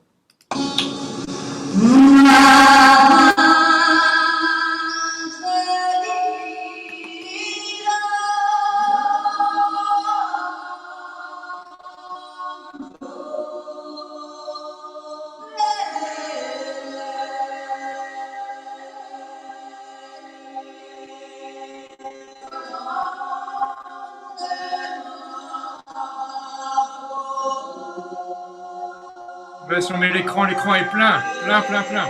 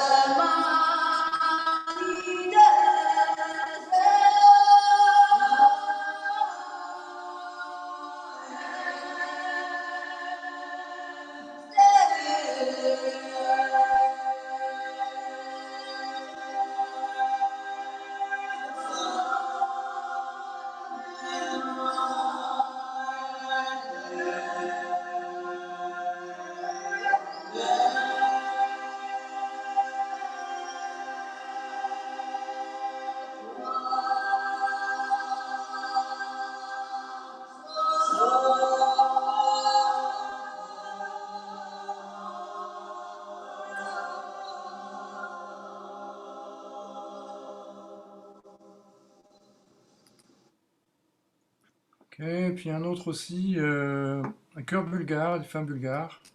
Donc ça vous montre des constructions de matières sonores différentes. Vous voyez ce qu'on avait sur les voix russes, ce qu'on avait sur les voix tibétaines, ce qu'on a sur les voix corses et ce qu'on a sur les voix bulgares, je vais vous passer maintenant. C'est vraiment très très différent et le fait d'entendre et de voir nous permet petit à petit permet à notre cerveau d'entendre plus de choses. Et plus on entend et plus on peut construire avec, on peut produire dans notre propre voix ou dans la relation des voix dans le cœur, etc., etc. Et sur les différents répertoires, en fait, petit à petit, les produire et les construire dans leur vraie nature. Pas uniquement en imitation, mais dans une conscience de ce que c'est sur le plan sonore, quoi. Là, on va être chez les Bulgares, si ça veut bien démarrer.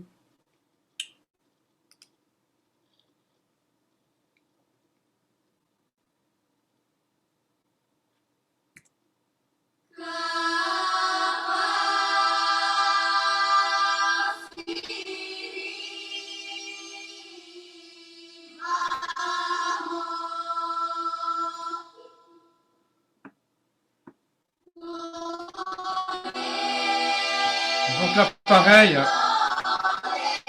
y a des fréquences très puissantes sur le bas, mais aussi sur le médium du timbre. Ça monte relativement haut en puissance, les harmoniques.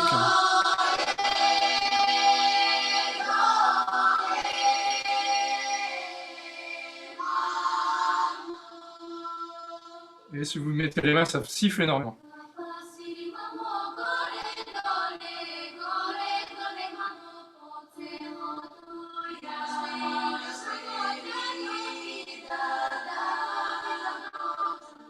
Si vous bougez les mains rapidement, ça fera wa wa wa wa wa sur le timbre. Et ça sépare les harmoniques des notes.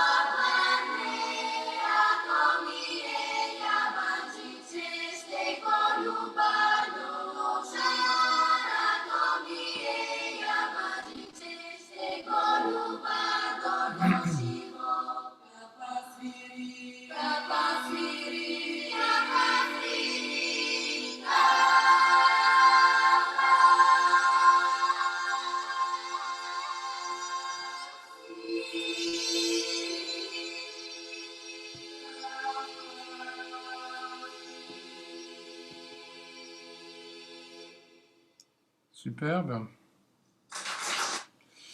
Et je voudrais vous faire écouter du chœur, mais en musique contemporaine, sur un extrait, un très très court extrait de Lux Aeterna de Ligeti. Donc on est vraiment sur d'autres choses. Et juste le début, vous voyez ce que c'est quand il y a des voix ensemble sur une tenue, dans ce contexte-là. Il faut juste que je me mette en route. Donc là, pareil, qu'est-ce que vous entendez là-dessus? Je mets du son. Avec le son est vraiment en route.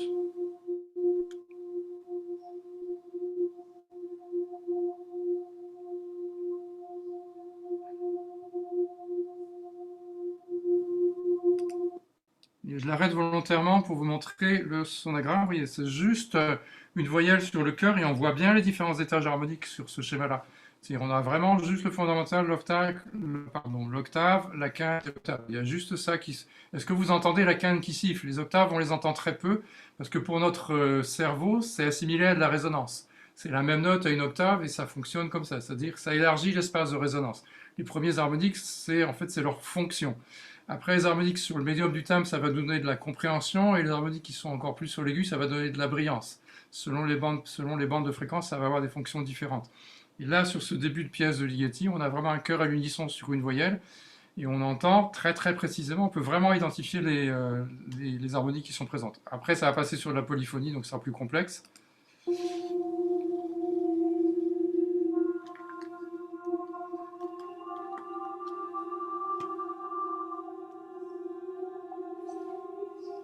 On a déjà beaucoup plus d'étages là.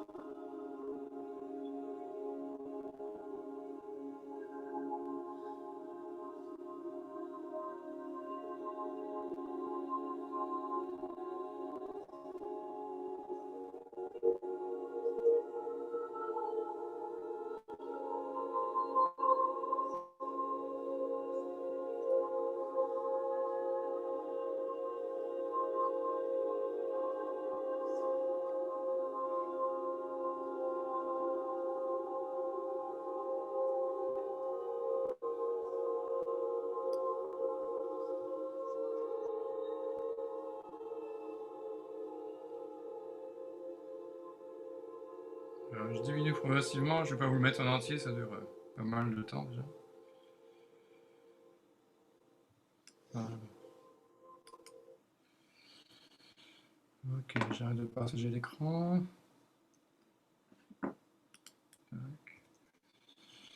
Là aussi, j'arrête de partager. Ok. Vous avez entendu des choses? Est-ce que c'est concret? Est-ce que ça illustre bien certaines choses? Est-ce que vous commencez à entendre plus avec le filtrage? Est-ce que le fait de voir, ça vous aide un peu? Je ne t'entends pas, Isabelle. Oui, tout à fait. Ah, c'est ça, d'accord. Oui. Et dans l'auditoire, faites signe, ou dites quelque chose, je ne sais pas, ou écrivez. Oui, Damien dit oui. Mhm. Voilà. Il y a... Pourquoi les consonnes montent plus haut dans le spectrogramme que les voyelles? Alors, sur les concerts, ce qu'on appelle les transitoires d'attaque, c'est des fréquences qui durent très très peu de temps, puisque ça va après aller sur les voyelles, et les consonnes, dans leur nature, ont un spectre harmonique qui est plus large que le spectre des consonnes, que le spectre des voyelles. Les plus hautes sont les sifflantes, qui donnent les fréquences les plus aiguës. Après, on a les ch, etc. Et donc, c'est au-delà de ce qu'on a sur les voyelles, en fait, quoi. En tout cas, dans ce qu'on en perçoit. Et j'entends très bien les harmoniques dans les polyphonies corses, nous dit. Oui, bah oui. Oui, puisqu'ils cherchent justement des résultantes, hein, comme chez les sardes, soit la quintina, soit allez voir sur Internet, chercher les vidéos de Lorta Jacob, qui a travaillé toute sa vie sur la quintina des sardes. Où il y a toute une série de petites vignettes vidéo où, avec les schémas, où on voit la partition de la polyphonie sarde et on peut isoler la quintina pour l'entendre, par exemple. Ce qui est aussi très intéressant. Et tout le monde ne l'entend pas d'ailleurs, c'est pas très, très, très évident à entendre au début. Alors, une autre question, sur l'échelle de fréquence, où se place quelqu'un qui aurait l'oreille absolue? Ça veut dire quoi? Je ne comprends pas la question. Alors, je vais couper le son de Marilyn. Et... L'oreille absolue, c'est la perception, c'est un entraînement, c'est un conditionnement, on peut dire, pour percevoir avec justesse les fréquences qui correspondent aux notes du tempérament égal en plus. C'est-à-dire, eh ben, on joue sur un instrument une note et on est capable de la reconnaître. En fait, il y a différents types d'oreilles, donc c'est une chose dont on peut parler un peu. Il y a ce qu'on travaille dans les conservatoires, enfin beaucoup, qui est effectivement cette notion d'oreille absolue, qui est un avantage et qui a des avantages et des inconvénients, tout dépend de ce qu'on fait. Si vous chantez dans un chœur et que vous avez l'oreille absolue et que le chœur baisse d'un quart de ton, vous allez être probablement assez perturbé. Parce que c'est comme si on avait les barreaux. Tiens, on ne me voit pas sur l'écran, c'est pas grave. C'est comme si vous aviez les barreaux, mais vous ne savez pas ce qui est entre les barreaux, entre deux demi-tons, ça n'existe pas si on a fait ça. Après, il y a l'oreille relative, c'est-à-dire on a l'idée d'une gamme, par exemple la gamme de Do, mais on peut la décaler, même si elle est décalée d'un demi-ton ou d'un quart de ton, ça restera une gamme de Do, et si on la met en Fa ou en Sol, ça restera une gamme de Do. Après, il y a l'oreille des intervalles, c'est-à-dire on peut reconnaître une seconde, une tierce, une quarte, une quinte, qu'on travaille aussi dans les écoles de musique, et après, il y a l'oreille que j'ai développée et qu'on peut travailler aussi, qui est l'oreille du son et qui est l'oreille des fréquences, et l'oreille entre autres de la série harmonique. Donc, quand j'entends quelqu'un qui travaille dans les exercices, quand je fais travailler les personnes, les chanteurs, je peux leur dire, tu es sur l'harmonique 2, l'harmonique 3, l'harmonique 4, l'harmonique 5, etc. Parce que j'ai fini par... On peut le repérer par l'intervalle de l'harmonique par rapport à la note, mais on peut le repérer par le rang de l'harmonique dans la série harmonique en tant que telle. Ce qui n'a pas forcément un intérêt absolument indispensable, mais c'est aussi un mode de perception qui fonctionne très bien. Et ce qui fait que même si on n'est pas musicien et qu'on ne connaît pas les noms des notes, on peut aussi approfondir ce travail sur les harmoniques et aller jusque-là si on le souhaite. Ce qui n'est pas forcément nécessaire pour entendre le son. Encore une fois, on n'est pas obligé d'avoir la nomenclature pour pouvoir entendre. Isabelle? Oui, tout à fait. Oui, okay. Donc en fait, l'oreille absolue, quelqu'un qui a l'oreille absolue, reconnaît les notes. Quand on les joue sur un piano, on sait quelles notes on joue, mais là, quand on chante, par exemple, on entend et on est capable de reconnaître, de dire si c'est un Do, un Ré, un Mi, voilà, avec son oreille. Quelqu'un qui a l'oreille absolue sait faire ça. Une autre chose? Alors, peut-on revenir juste une minute sur le premier exercice du chanteur, les mains devant la bouche, demande Damien. Ah, ok. Très bien. Mon micro, oui, c'était le... Je me permets de préciser à haute voix. C'est le même exercice donc que pour les oreilles? Non, pas du tout. Pas du tout. Ça, c'est un exercice pour quand vous n'êtes pas en train de chanter, quand vous écoutez une source extérieure. Faites l'expérience même quand vous écoutez, pas forcément un concert parce que vous allez vous faire repérer, mais si vous écoutez un enregistrement sur un CD, écoutez le début de la plage normalement, puis après pendant 10 secondes, vous mettez les mains et vous filtrez, et après, vous réécoutez sans les mains, mais avec les mains, sans les mains, avec les mains, sans les mains. C'est un raccourci que j'ai trouvé pour aider le cerveau à séparer les fréquences en amplifiant certaines par rapport à d'autres en fonction de l'angle d'ouverture. Ça sert à ça. Ça, ce geste-là, le retour, c'est par rapport à votre propre voix quand vous êtes en train de chanter. Il ne faut pas le faire beaucoup. En fait, il faut faire le mouvement des harmoniques en le ralentissant. Je vais préciser un peu les choses. Il faut surtout démarrer pianissimo sur la première voyelle et augmenter légèrement le volume pour aller vers la deuxième. Si je fais...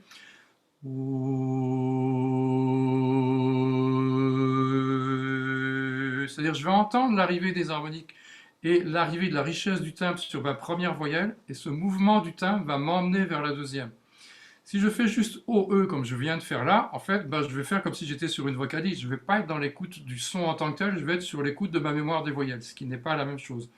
Tout ce qui fait la difficulté et en même temps la richesse de ce travail, c'est de se dire on va rééduquer le cerveau à réentendre le son, en sachant que, je ne l'ai pas dit au début de séance, mais j'aurais pu le dire, qu'en fait, à la naissance, tout le monde entend le son. Les enfants entendent ça. Quand on fait une mélodie d'harmonique devant un groupe d'enfants, ils l'entendent tout de suite. Quand on le fait devant un groupe d'adultes en stage, ils ne l'entendent pas tout de suite. Il faut 3 heures avant qu'ils l'entendent.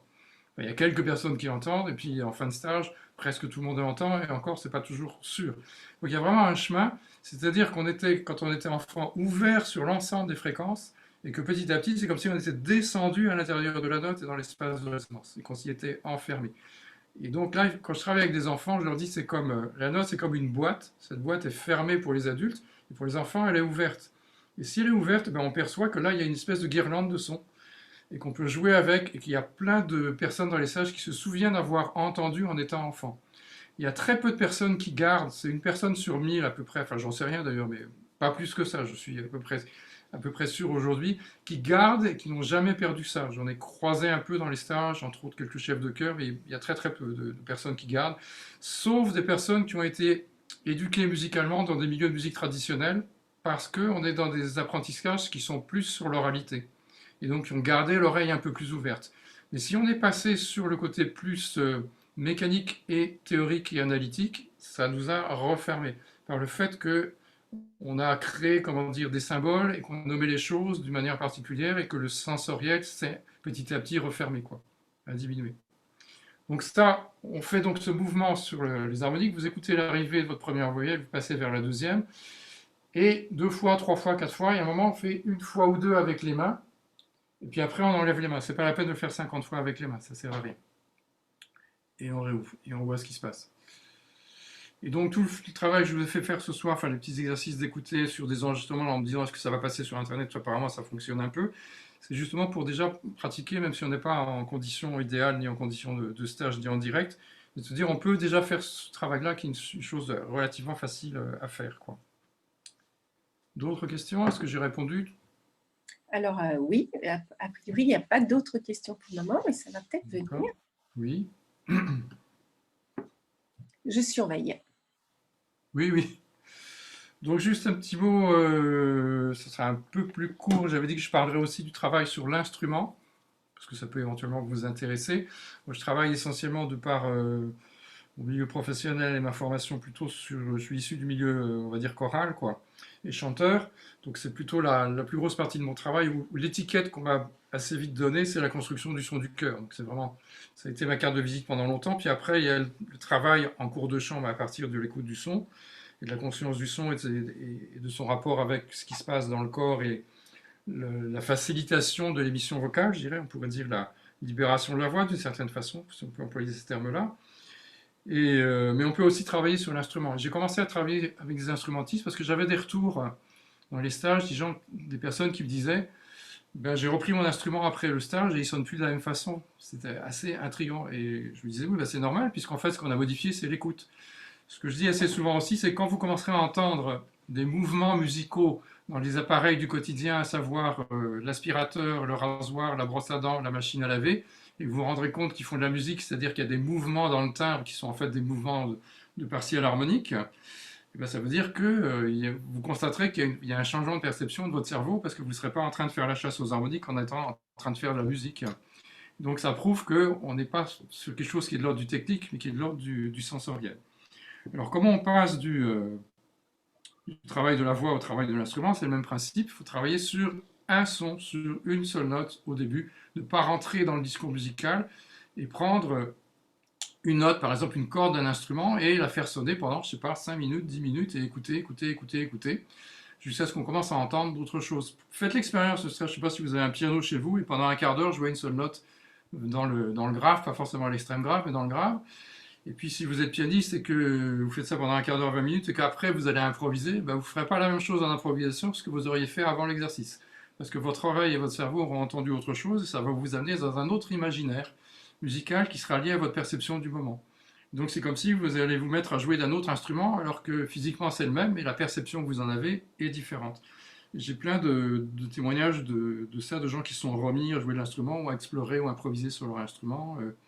Dernièrement, l'été dernier, il y avait une personne qui était venue, qui était violoncelliste, et elle disait elle était déjà venue sur un stage de week-end, et là c'était un stage d'été. Elle disait qu'après le stage de week-end, elle avait repris son instrument, et que ça l'avait ramené à retravailler toutes les œuvres de Bach qu'elle avait travaillées au violoncelle, note à note dans l'écoute du son, dans sa nouvelle écoute, qu'elle avait refait ce travail-là, et que ça l'avait fait énormément progresser. Ça, j'ai plein de retours comme ça. J'aime bien travailler sur le rapport voix-instrument aussi. Est-ce que c'est l'instrument qui porte la voix? Est-ce que c'est la voix qui porte l'instrument? Est-ce que les deux sonnent ensemble? Est-ce que le son rayonne? Est-ce que les deux sont en conflit? Etc. Quand il y a plusieurs instruments, est-ce qu'on peut les faire sonner ensemble? Est-ce qu'on peut faire sonner les voix et les instruments ensemble? Il y a plein de problématiques comme ça qu'on peut résoudre dans l'écoute du son. Donc la base, c'est on écoute d'abord un son. Ensuite, si c'est un instrument pour lequel vous n'avez pas besoin de souffler, c'est-à-dire si vous pouvez jouer l'instrument avec vos mains et que vous pouvez chanter en même temps, vous faites des harmoniques avec la voix en ralentissant le passage d'une voyelle à l'autre comme on le faisait tout à l'heure, et jusqu'à ce que vous entendiez que les harmoniques de la voix commencent à sonner avec les harmoniques de l'instrument. Vous cherchez le rapport des volumes entre les deux, et vous allez voir qu'à un moment donné, ça va changer un peu même le rapport physique à l'instrument, c'est-à-dire l'énergie que vous allez y mettre musculairement, et vous allez trouver comment faire sonner l'instrument pour qu'il sonne avec votre voix, et comment les deux vont se mettre à sonner ensemble. Et au fur et à mesure, petit à petit, vous pourrez enlever la voix et retrouver votre jeu instrumental qui aura été modifié par la nouvelle perception. Donc il y a plusieurs étapes, mais ça se fait assez rapidement. Si on a déjà fait le travail sur la voix, sur une séance ou deux de, je sais pas, une demi-heure, c'est fait, quoi. Et ça reste, ça marche bien. Et j'ai fait ça très curieusement sur pas mal d'instruments dont moi je ne suis absolument pas le spécialiste. Je me souviens de travail sur une percussion, je fais un travail avec un tuba, un travail avec une trompette, un travail avec un violon, un travail avec un piano, un travail avec un accordéon. En fait, ça marche quel que soit l'instrument. Il y a des instruments sur lesquels c'est un peu plus bizarre ou sur lesquels j'avais des doutes, ceux qui sont très mécaniques comme les accordéons, mais il y a quand même un petit changement. Il y a quelque chose qui se passe par cette boucle audio qui n'est plus audio phonatoire, qui est audio instrumental, mais qui passe par le corps, donc qui est audio mécanique en fait. Et on va en jouer différemment parce qu'on entend différemment. Plein de choses dont on pourrait parler aussi, donc des questions par rapport à ça, éventuellement, avant que je passe encore à d'autres réflexions éventuelles. Alors, pour le moment, pas de questions dans le chat. Voilà. Ah, Dominique voudrait nous poser une question. Oui. Active le son, voilà. Ah, bonsoir. Bonsoir. J'ai participé à un atelier de chant diphonique. Oui. Et il s'est trouvé que pour pouvoir chanter en chant diphonique, et il se trouvait que tout le monde autour de moi, j'entendais les autres. Quand ils chantaient, j'entendais la diphonie. Oui. Je n'entendais pas la diphonie, mon propre chant. C'est normal. Diphonie. C'est normal? Absolument normal. Tant que la séparation par notre cerveau entre la partie extérieure, c'est-à-dire les harmoniques et notre résonance, n'est pas suffisante, notre résonance masque nos harmoniques et notre timbre. Donc on les entend moins fort ou on ne les entend pas du tout par rapport à celles des autres, puisqu'on entend les autres à l'extérieur et on entend notre voix par le mélange de l'intérieur et de l'extérieur. C'est ce qui explique aussi que dans les chœurs, quand on demande dans un pupitre, est-ce que vous avez l'impression de chanter plus fort ou moins fort que les autres, on n'a jamais la bonne réponse, puisque vous entendez les autres à l'extérieur et vous entendez votre voix en partie à l'intérieur et à l'extérieur. Donc le rapport, la perception subjective du rapport des intensités ne fonctionne pas. Et c'est seulement quand on commence à entendre la fusion et l'équilibre des voix dans l'espace extérieur, c'est-à-dire la relation consciente entre sa voix et le pupitre ou le son du cœur, que là, on commence à s'ajuster correctement et consciemment.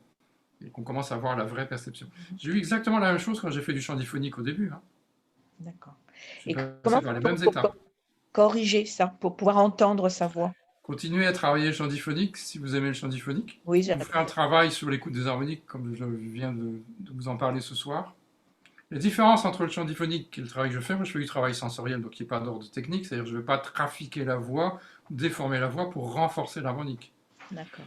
C'est aussi, comment dire, c'est un avantage et un inconvénient de faire du chant diphonique, parce que j'ai constaté que parfois, quand on était sur un travail en vocal de vocalise avec des gens qui avaient déjà fait du chant diphonique, ils avaient tendance à déformer les voyelles inconsciemment parce que ça leur permettait d'entendre davantage les harmoniques. Et l'objectif, c'est pas forcément d'entendre toutes les harmoniques, c'est d'entendre que le son est complet, riche et brillant et rayonnant. C'est-à-dire ce qu'on cherche, c'est qu'on ait le maximum de rendement acoustique de la voix avec le minimum d'énergie musculaire.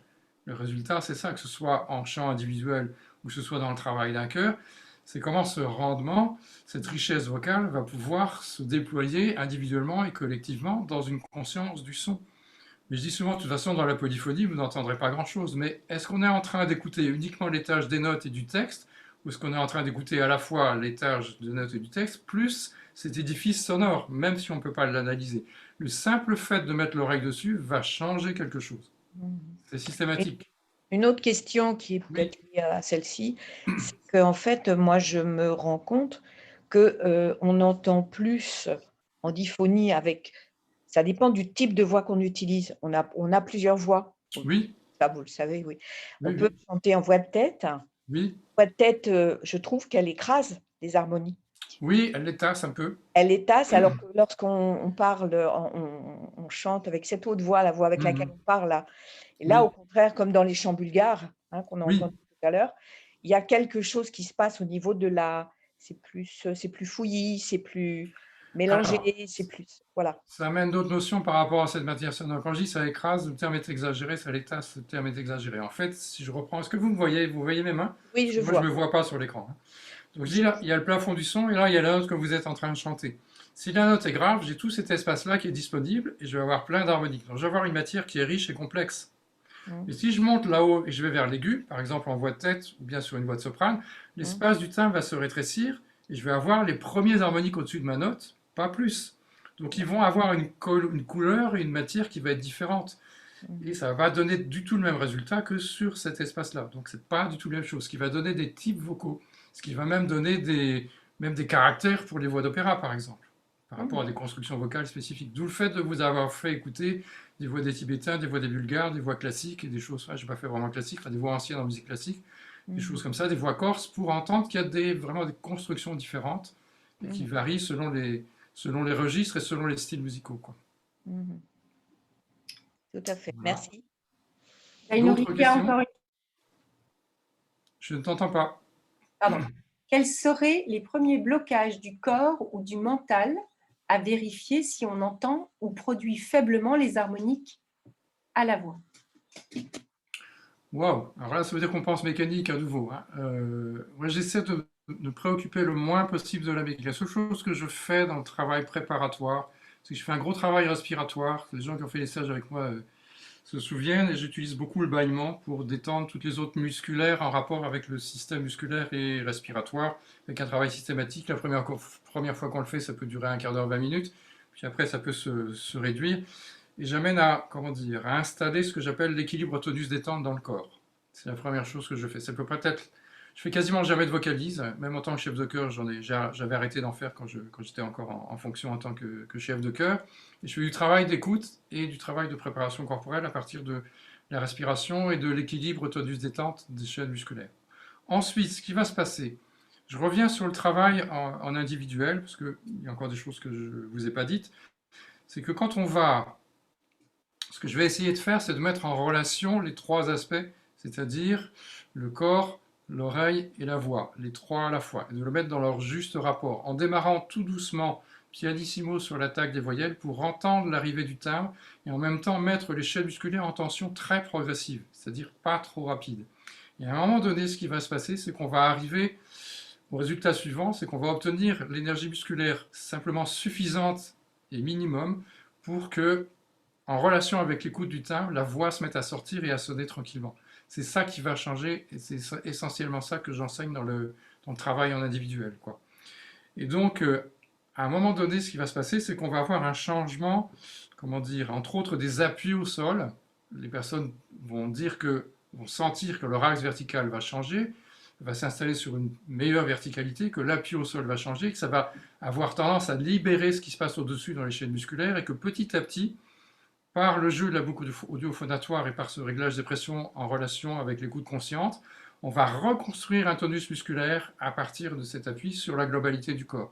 Donc je vais être beaucoup moins sur ce qu'on fait dans les cours de chant en disant attention, on va travailler plutôt sur les muscles abdominaux, travailler sur les intercostaux, travailler sur la fabrication de ce qui se passe dans la cavité buccale, où on est sur une vision que j'appelle mécanicienne, vis-à-vis de laquelle je n'ai aucune critique, on est sur des choses qui sont, à mon avis, complémentaires. Mais dans le rôle que j'ai choisi d'assumer, et dans ce que j'enseigne sur un plan pédagogique, je vais essayer de toujours mettre en rapport avec le travail sensoriel, le travail de l'oreille. Et quand ça va commencer à fonctionner, on va voir que petit à petit, on va rééquilibrer le tonus le long des chaînes musculaires.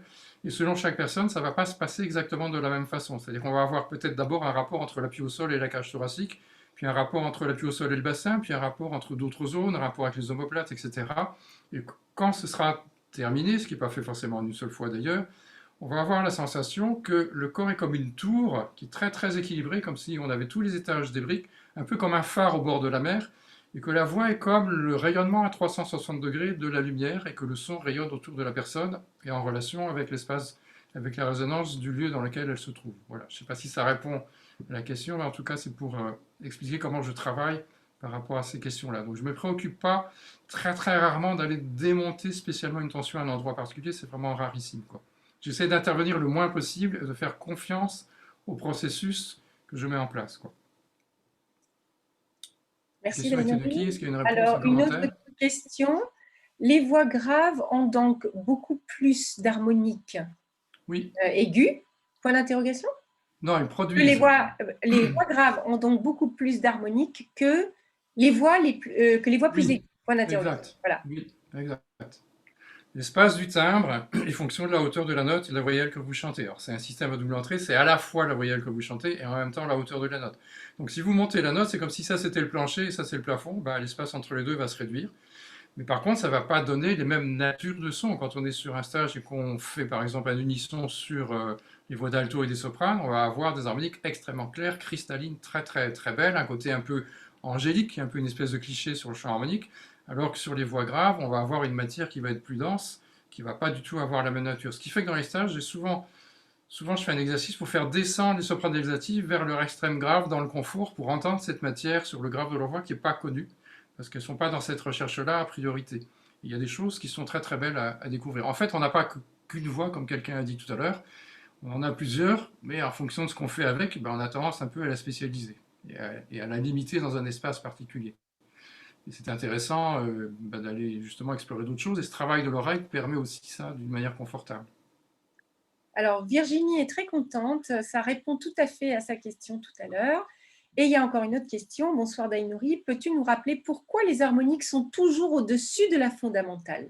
Merci. Et c'est Jean. Ah, c'est ce que disent les physiciens. Il y a des gens qui disent qu'il y a des harmoniques en dessous. Pour les physiciens, il n'y a pas d'harmonique en dessous. Mais par contre, on peut obtenir ce qu'on appelle des sous-fondamentaux par la mécanique du larynx qui fait vibrer d'autres parties, sur le fry, entre autres, ce qu'on appelle les bandes ventriculaires, les fausses cordes vocales, ce que vous avez entendu dans les voix des Tibétains. Si vous cherchez sur Internet, je ne sais pas si je pourrais retrouver ça, trouver le lien, il y a un gars qui fait ça, qui est capable de descendre. C'est comme si en dessous le fondamental, mécaniquement, on pouvait avoir le symétrique de la série harmonique.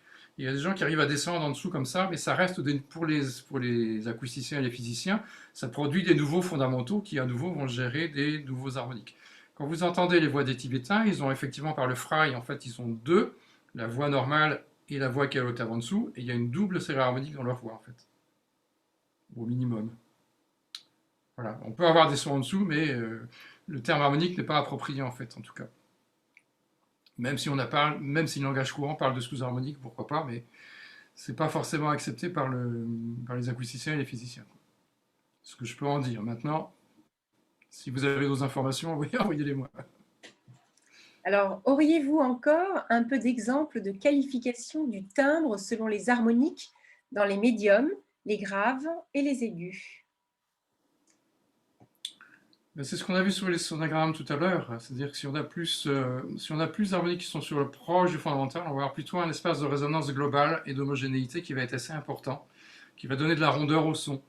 Si on est sur le médium, ça va commencer à lui donner un peu plus de brillance, un peu plus de pêche, un peu plus de tonus. Et si on est sur l'aigu, ça va donner une super brillance qui va donner un côté métallique et un côté presque brillant des oreilles. Quand vous le faites avec le filtrage, avec les mains sur les oreilles, ça peut même être agressif parfois. Donc ça dépend des fréquences et de leur hauteur, quoi. Donc je pense que ça a répondu à la question de Virginie qui dit merci. Merci. Alors, on approche tout doucement de l'heure où on va se quitter. Donc, Oui, si vous finalement. avez encore des questions à poser, eh ben, c'est le moment de les poser. Pendant ce temps que vous écrivez vos questions, je voudrais préciser que Dainouri donc, donne régulièrement des stages. Alors, en ce moment, c'est un peu Oui, limité. enfin, en ce moment, c'est très compliqué. Voilà, parce que c'est difficile de Il se y a un réunir. problème déjà pour trouver des salles Voilà, donc c'est en réunir, ce c'est moment. compliqué. Par contre, je crois qu'il y a des stages cet été. Et donc, Oui, est-ce que tu as un site Dainouri où on non. peut aller voir Oui, s'il y a le site qui annonce les stages été traditionnellement qui s'appelle vocalplus.org. Moi, j'ai pas de site personnel parce que je trouve que je passe déjà trop de temps sur Internet. Mais par contre, si vous m'envoyez vos adresses mail, je vous mets sur ce que j'appelle ma liste de diffusion. Donc, Isabelle, tu as qu'à mettre mon adresse mail sur le site de Courant d'Art, sur l'annonce de la conférence, par exemple. Et si vous m'envoyez vos mails, vous mettez info stage et puis je vous mets dans la liste de diffusion et vous aurez toutes les informations au fur et à mesure de leur parution. J'en Est-ce envoie, que je sais je peux pas, le trois mettre quatre dans fois le par an, grosso chat? modo. Donc, c'est Pardon? téléchoc@edfree.fr. Je le mets Free.fr, oui, c'est ça. déjà dans les messages, comme ça Ouais. vous l'avez. Là, je ne l'ai peut-être pas mis à tout le monde. Voilà. Et donc, ce que je voulais vous dire aussi, c'est que Dainouri commence à donner des cours individuels en ligne. Donc, s'il y a des gens qui sont intéressés, voilà. C'est pareil, vous m'envoyez un mail et on prend contact et on voit comment je peux vous aider éventuellement. En fait, je m'y suis mis, j'y croyais pas au début, mais c'est à cause du confinement. Comme les choses étaient devenues quasiment impossibles, comme on faisait habituellement, je me suis dit, je vais essayer et en fait, ça marche. C'est possible. Voilà, donc si vous avez envie de continuer à découvrir le travail avec Dainouri, n'hésitez pas. Donc, on remettra ton mail dans le replay, en fait. Oui. Voilà, pour que vous puissiez le trouver. Donc, vous savez que vous allez sur courantdart-voix.com et puis vous allez dans conférences, replay et vous retrouverez donc la conférence de Dainouri. Voilà. Alors, pendant ce temps, eh bien, concernant la table de mixage, auriez-vous d'autres informations concernant la durée? La table de mixage. Oui, oui. Alors, je vais remettre un schéma, je vais faire un partage d'écran à nouveau. Pour vous montrer quelque chose qui est une notion dont je n'ai pas parlé. Donc, merci pour la question. Partage d'écran. Toc. Celui-là, c'est bien, voilà. Voilà, je vais faire monter. Vous voyez le dessin qui est là en dessous? Oui. Tu vois, Isabelle, tu vois? Oui. D'accord. Quand on écoute les notes ou le texte, pour votre cerveau, c'est symbolisé par la ligne de points que j'ai mis là, c'est-à-dire une info, une info, une info, une info, une syllabe, une note, une note, une note, une note, une note. Ça, c'est de la discontinuité. Quand vous commencez à écouter ce que j'appelle les micro-variations du timbre et de l'intensité, ça amène votre oreille et votre cerveau à écouter sur le trait rouge qui est là, c'est-à-dire la durée sur chacune des notes. Or, on a tendance, quand on privilégie les hauteurs, à écouter plus sur les attaques que sur la durée du son. Or, en fait, ce qui fait qu'on a une phrase et qu'on a une compréhension du discours, qu'il soit musical ou qu'il soit du texte, ce sont les durées des notes qui s'enchaînent les unes après les autres et qui donnent la continuité. Ce n'est pas à un autre endroit. Et donc, c'est ce qui fait qu'à un moment donné, quand vous commencez à entendre ces paramètres-là, ça a tendance à vous mettre sur le discours musical et à l'exprimer d'une manière qui est plus complète et qui est plus riche et avec plus de détails et plus d'expressivité. Et on peut dire, il y a des gens qui disent aussi que c'est analytique global ou cerveau droit, cerveau gauche. C'est aussi une façon de le dire, mais c'est pareil, c'est une terminologie qui n'est pas forcément acceptée par tout le monde, mais je vous la cite quand même. J'ai tendance à l'utiliser assez fréquemment aussi. Voilà, merci. Alors, il n'y a pas d'autres questions pour le moment dans le chat. Donc, en tous les cas, c'était bien complet. Ça donne vraiment une vision globale de ton travail qui est vraiment extrêmement intéressante.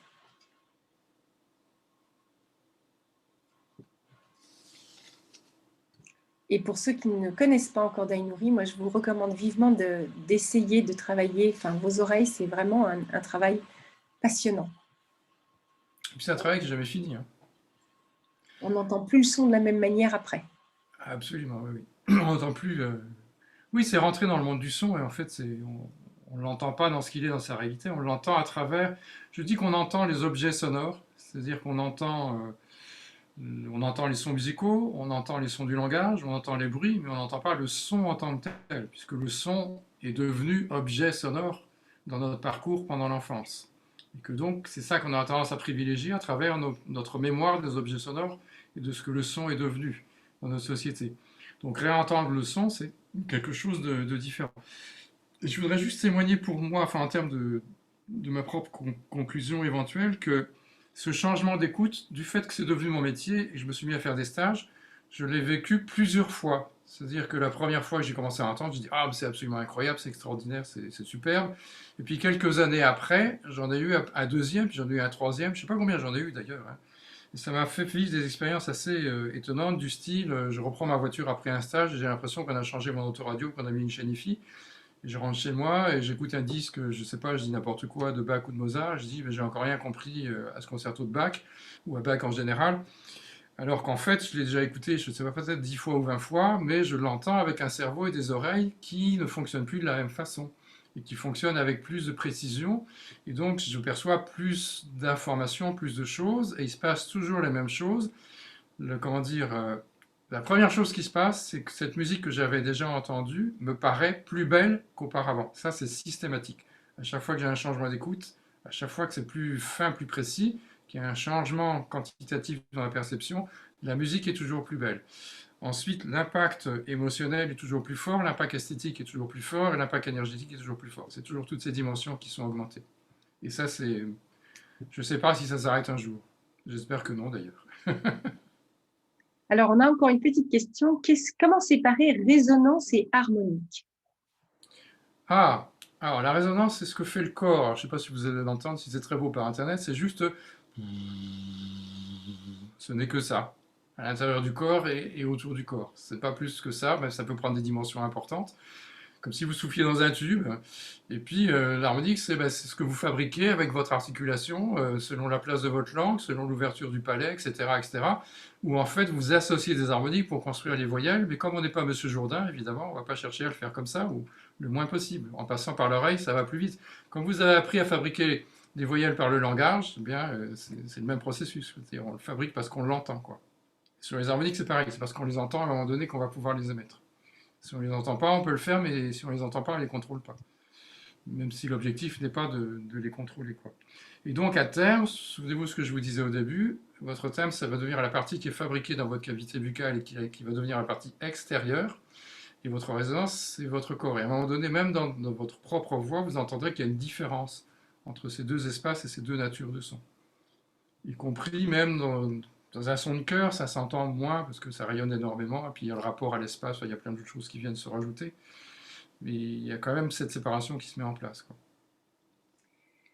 Et si on trouve une salle, est-ce que vous vous déplacez, point d'interrogation? Oui. Oui, une salle et des gens, parce qu'à ce moment c'est un peu compliqué. Là, j'avais une demande pour un chœur, mais ils veulent tous chanter avec masque. Moi, je me dis, le travail va pas être très efficace, quand même. Donc je suis quand même très très hésitant, quoi. Surtout que le masque absorbe quand même pas mal. Ça absorbe et ça renvoie vers nous, quoi. Donc évidemment, pour écouter l'extériorité, c'est pas terrible, quoi. Donc, mais oui, ça c'est sûr. C'est un vrai problème en ce moment, les disponibilités de salles. Donc, Damien nous a quittés, il nous a dit bonsoir et merci beaucoup. Oui. Et puis, je suis désolée, je dois partir. Merci pour cette conférence. C'était très Ça fait quand même 2 émouvant ans, pour finalement. moi d'entendre les voix tibétaines. Et belle soirée à vous tous. Et c'est Clémentine qui nous dit ça. Très intéressant, beaucoup de choses à explorer. Merci, c'est Isabelle. Merci beaucoup. J'ai bu vos paroles et j'ai hâte de tester en réel avec d'autres chanteurs lors d'un premier stage et de m'entraîner à écouter autrement les autres et moi-même. Merci pour la vulgarisation et la pédagogie. J'ai adoré votre évocation de la boîte, entre autres.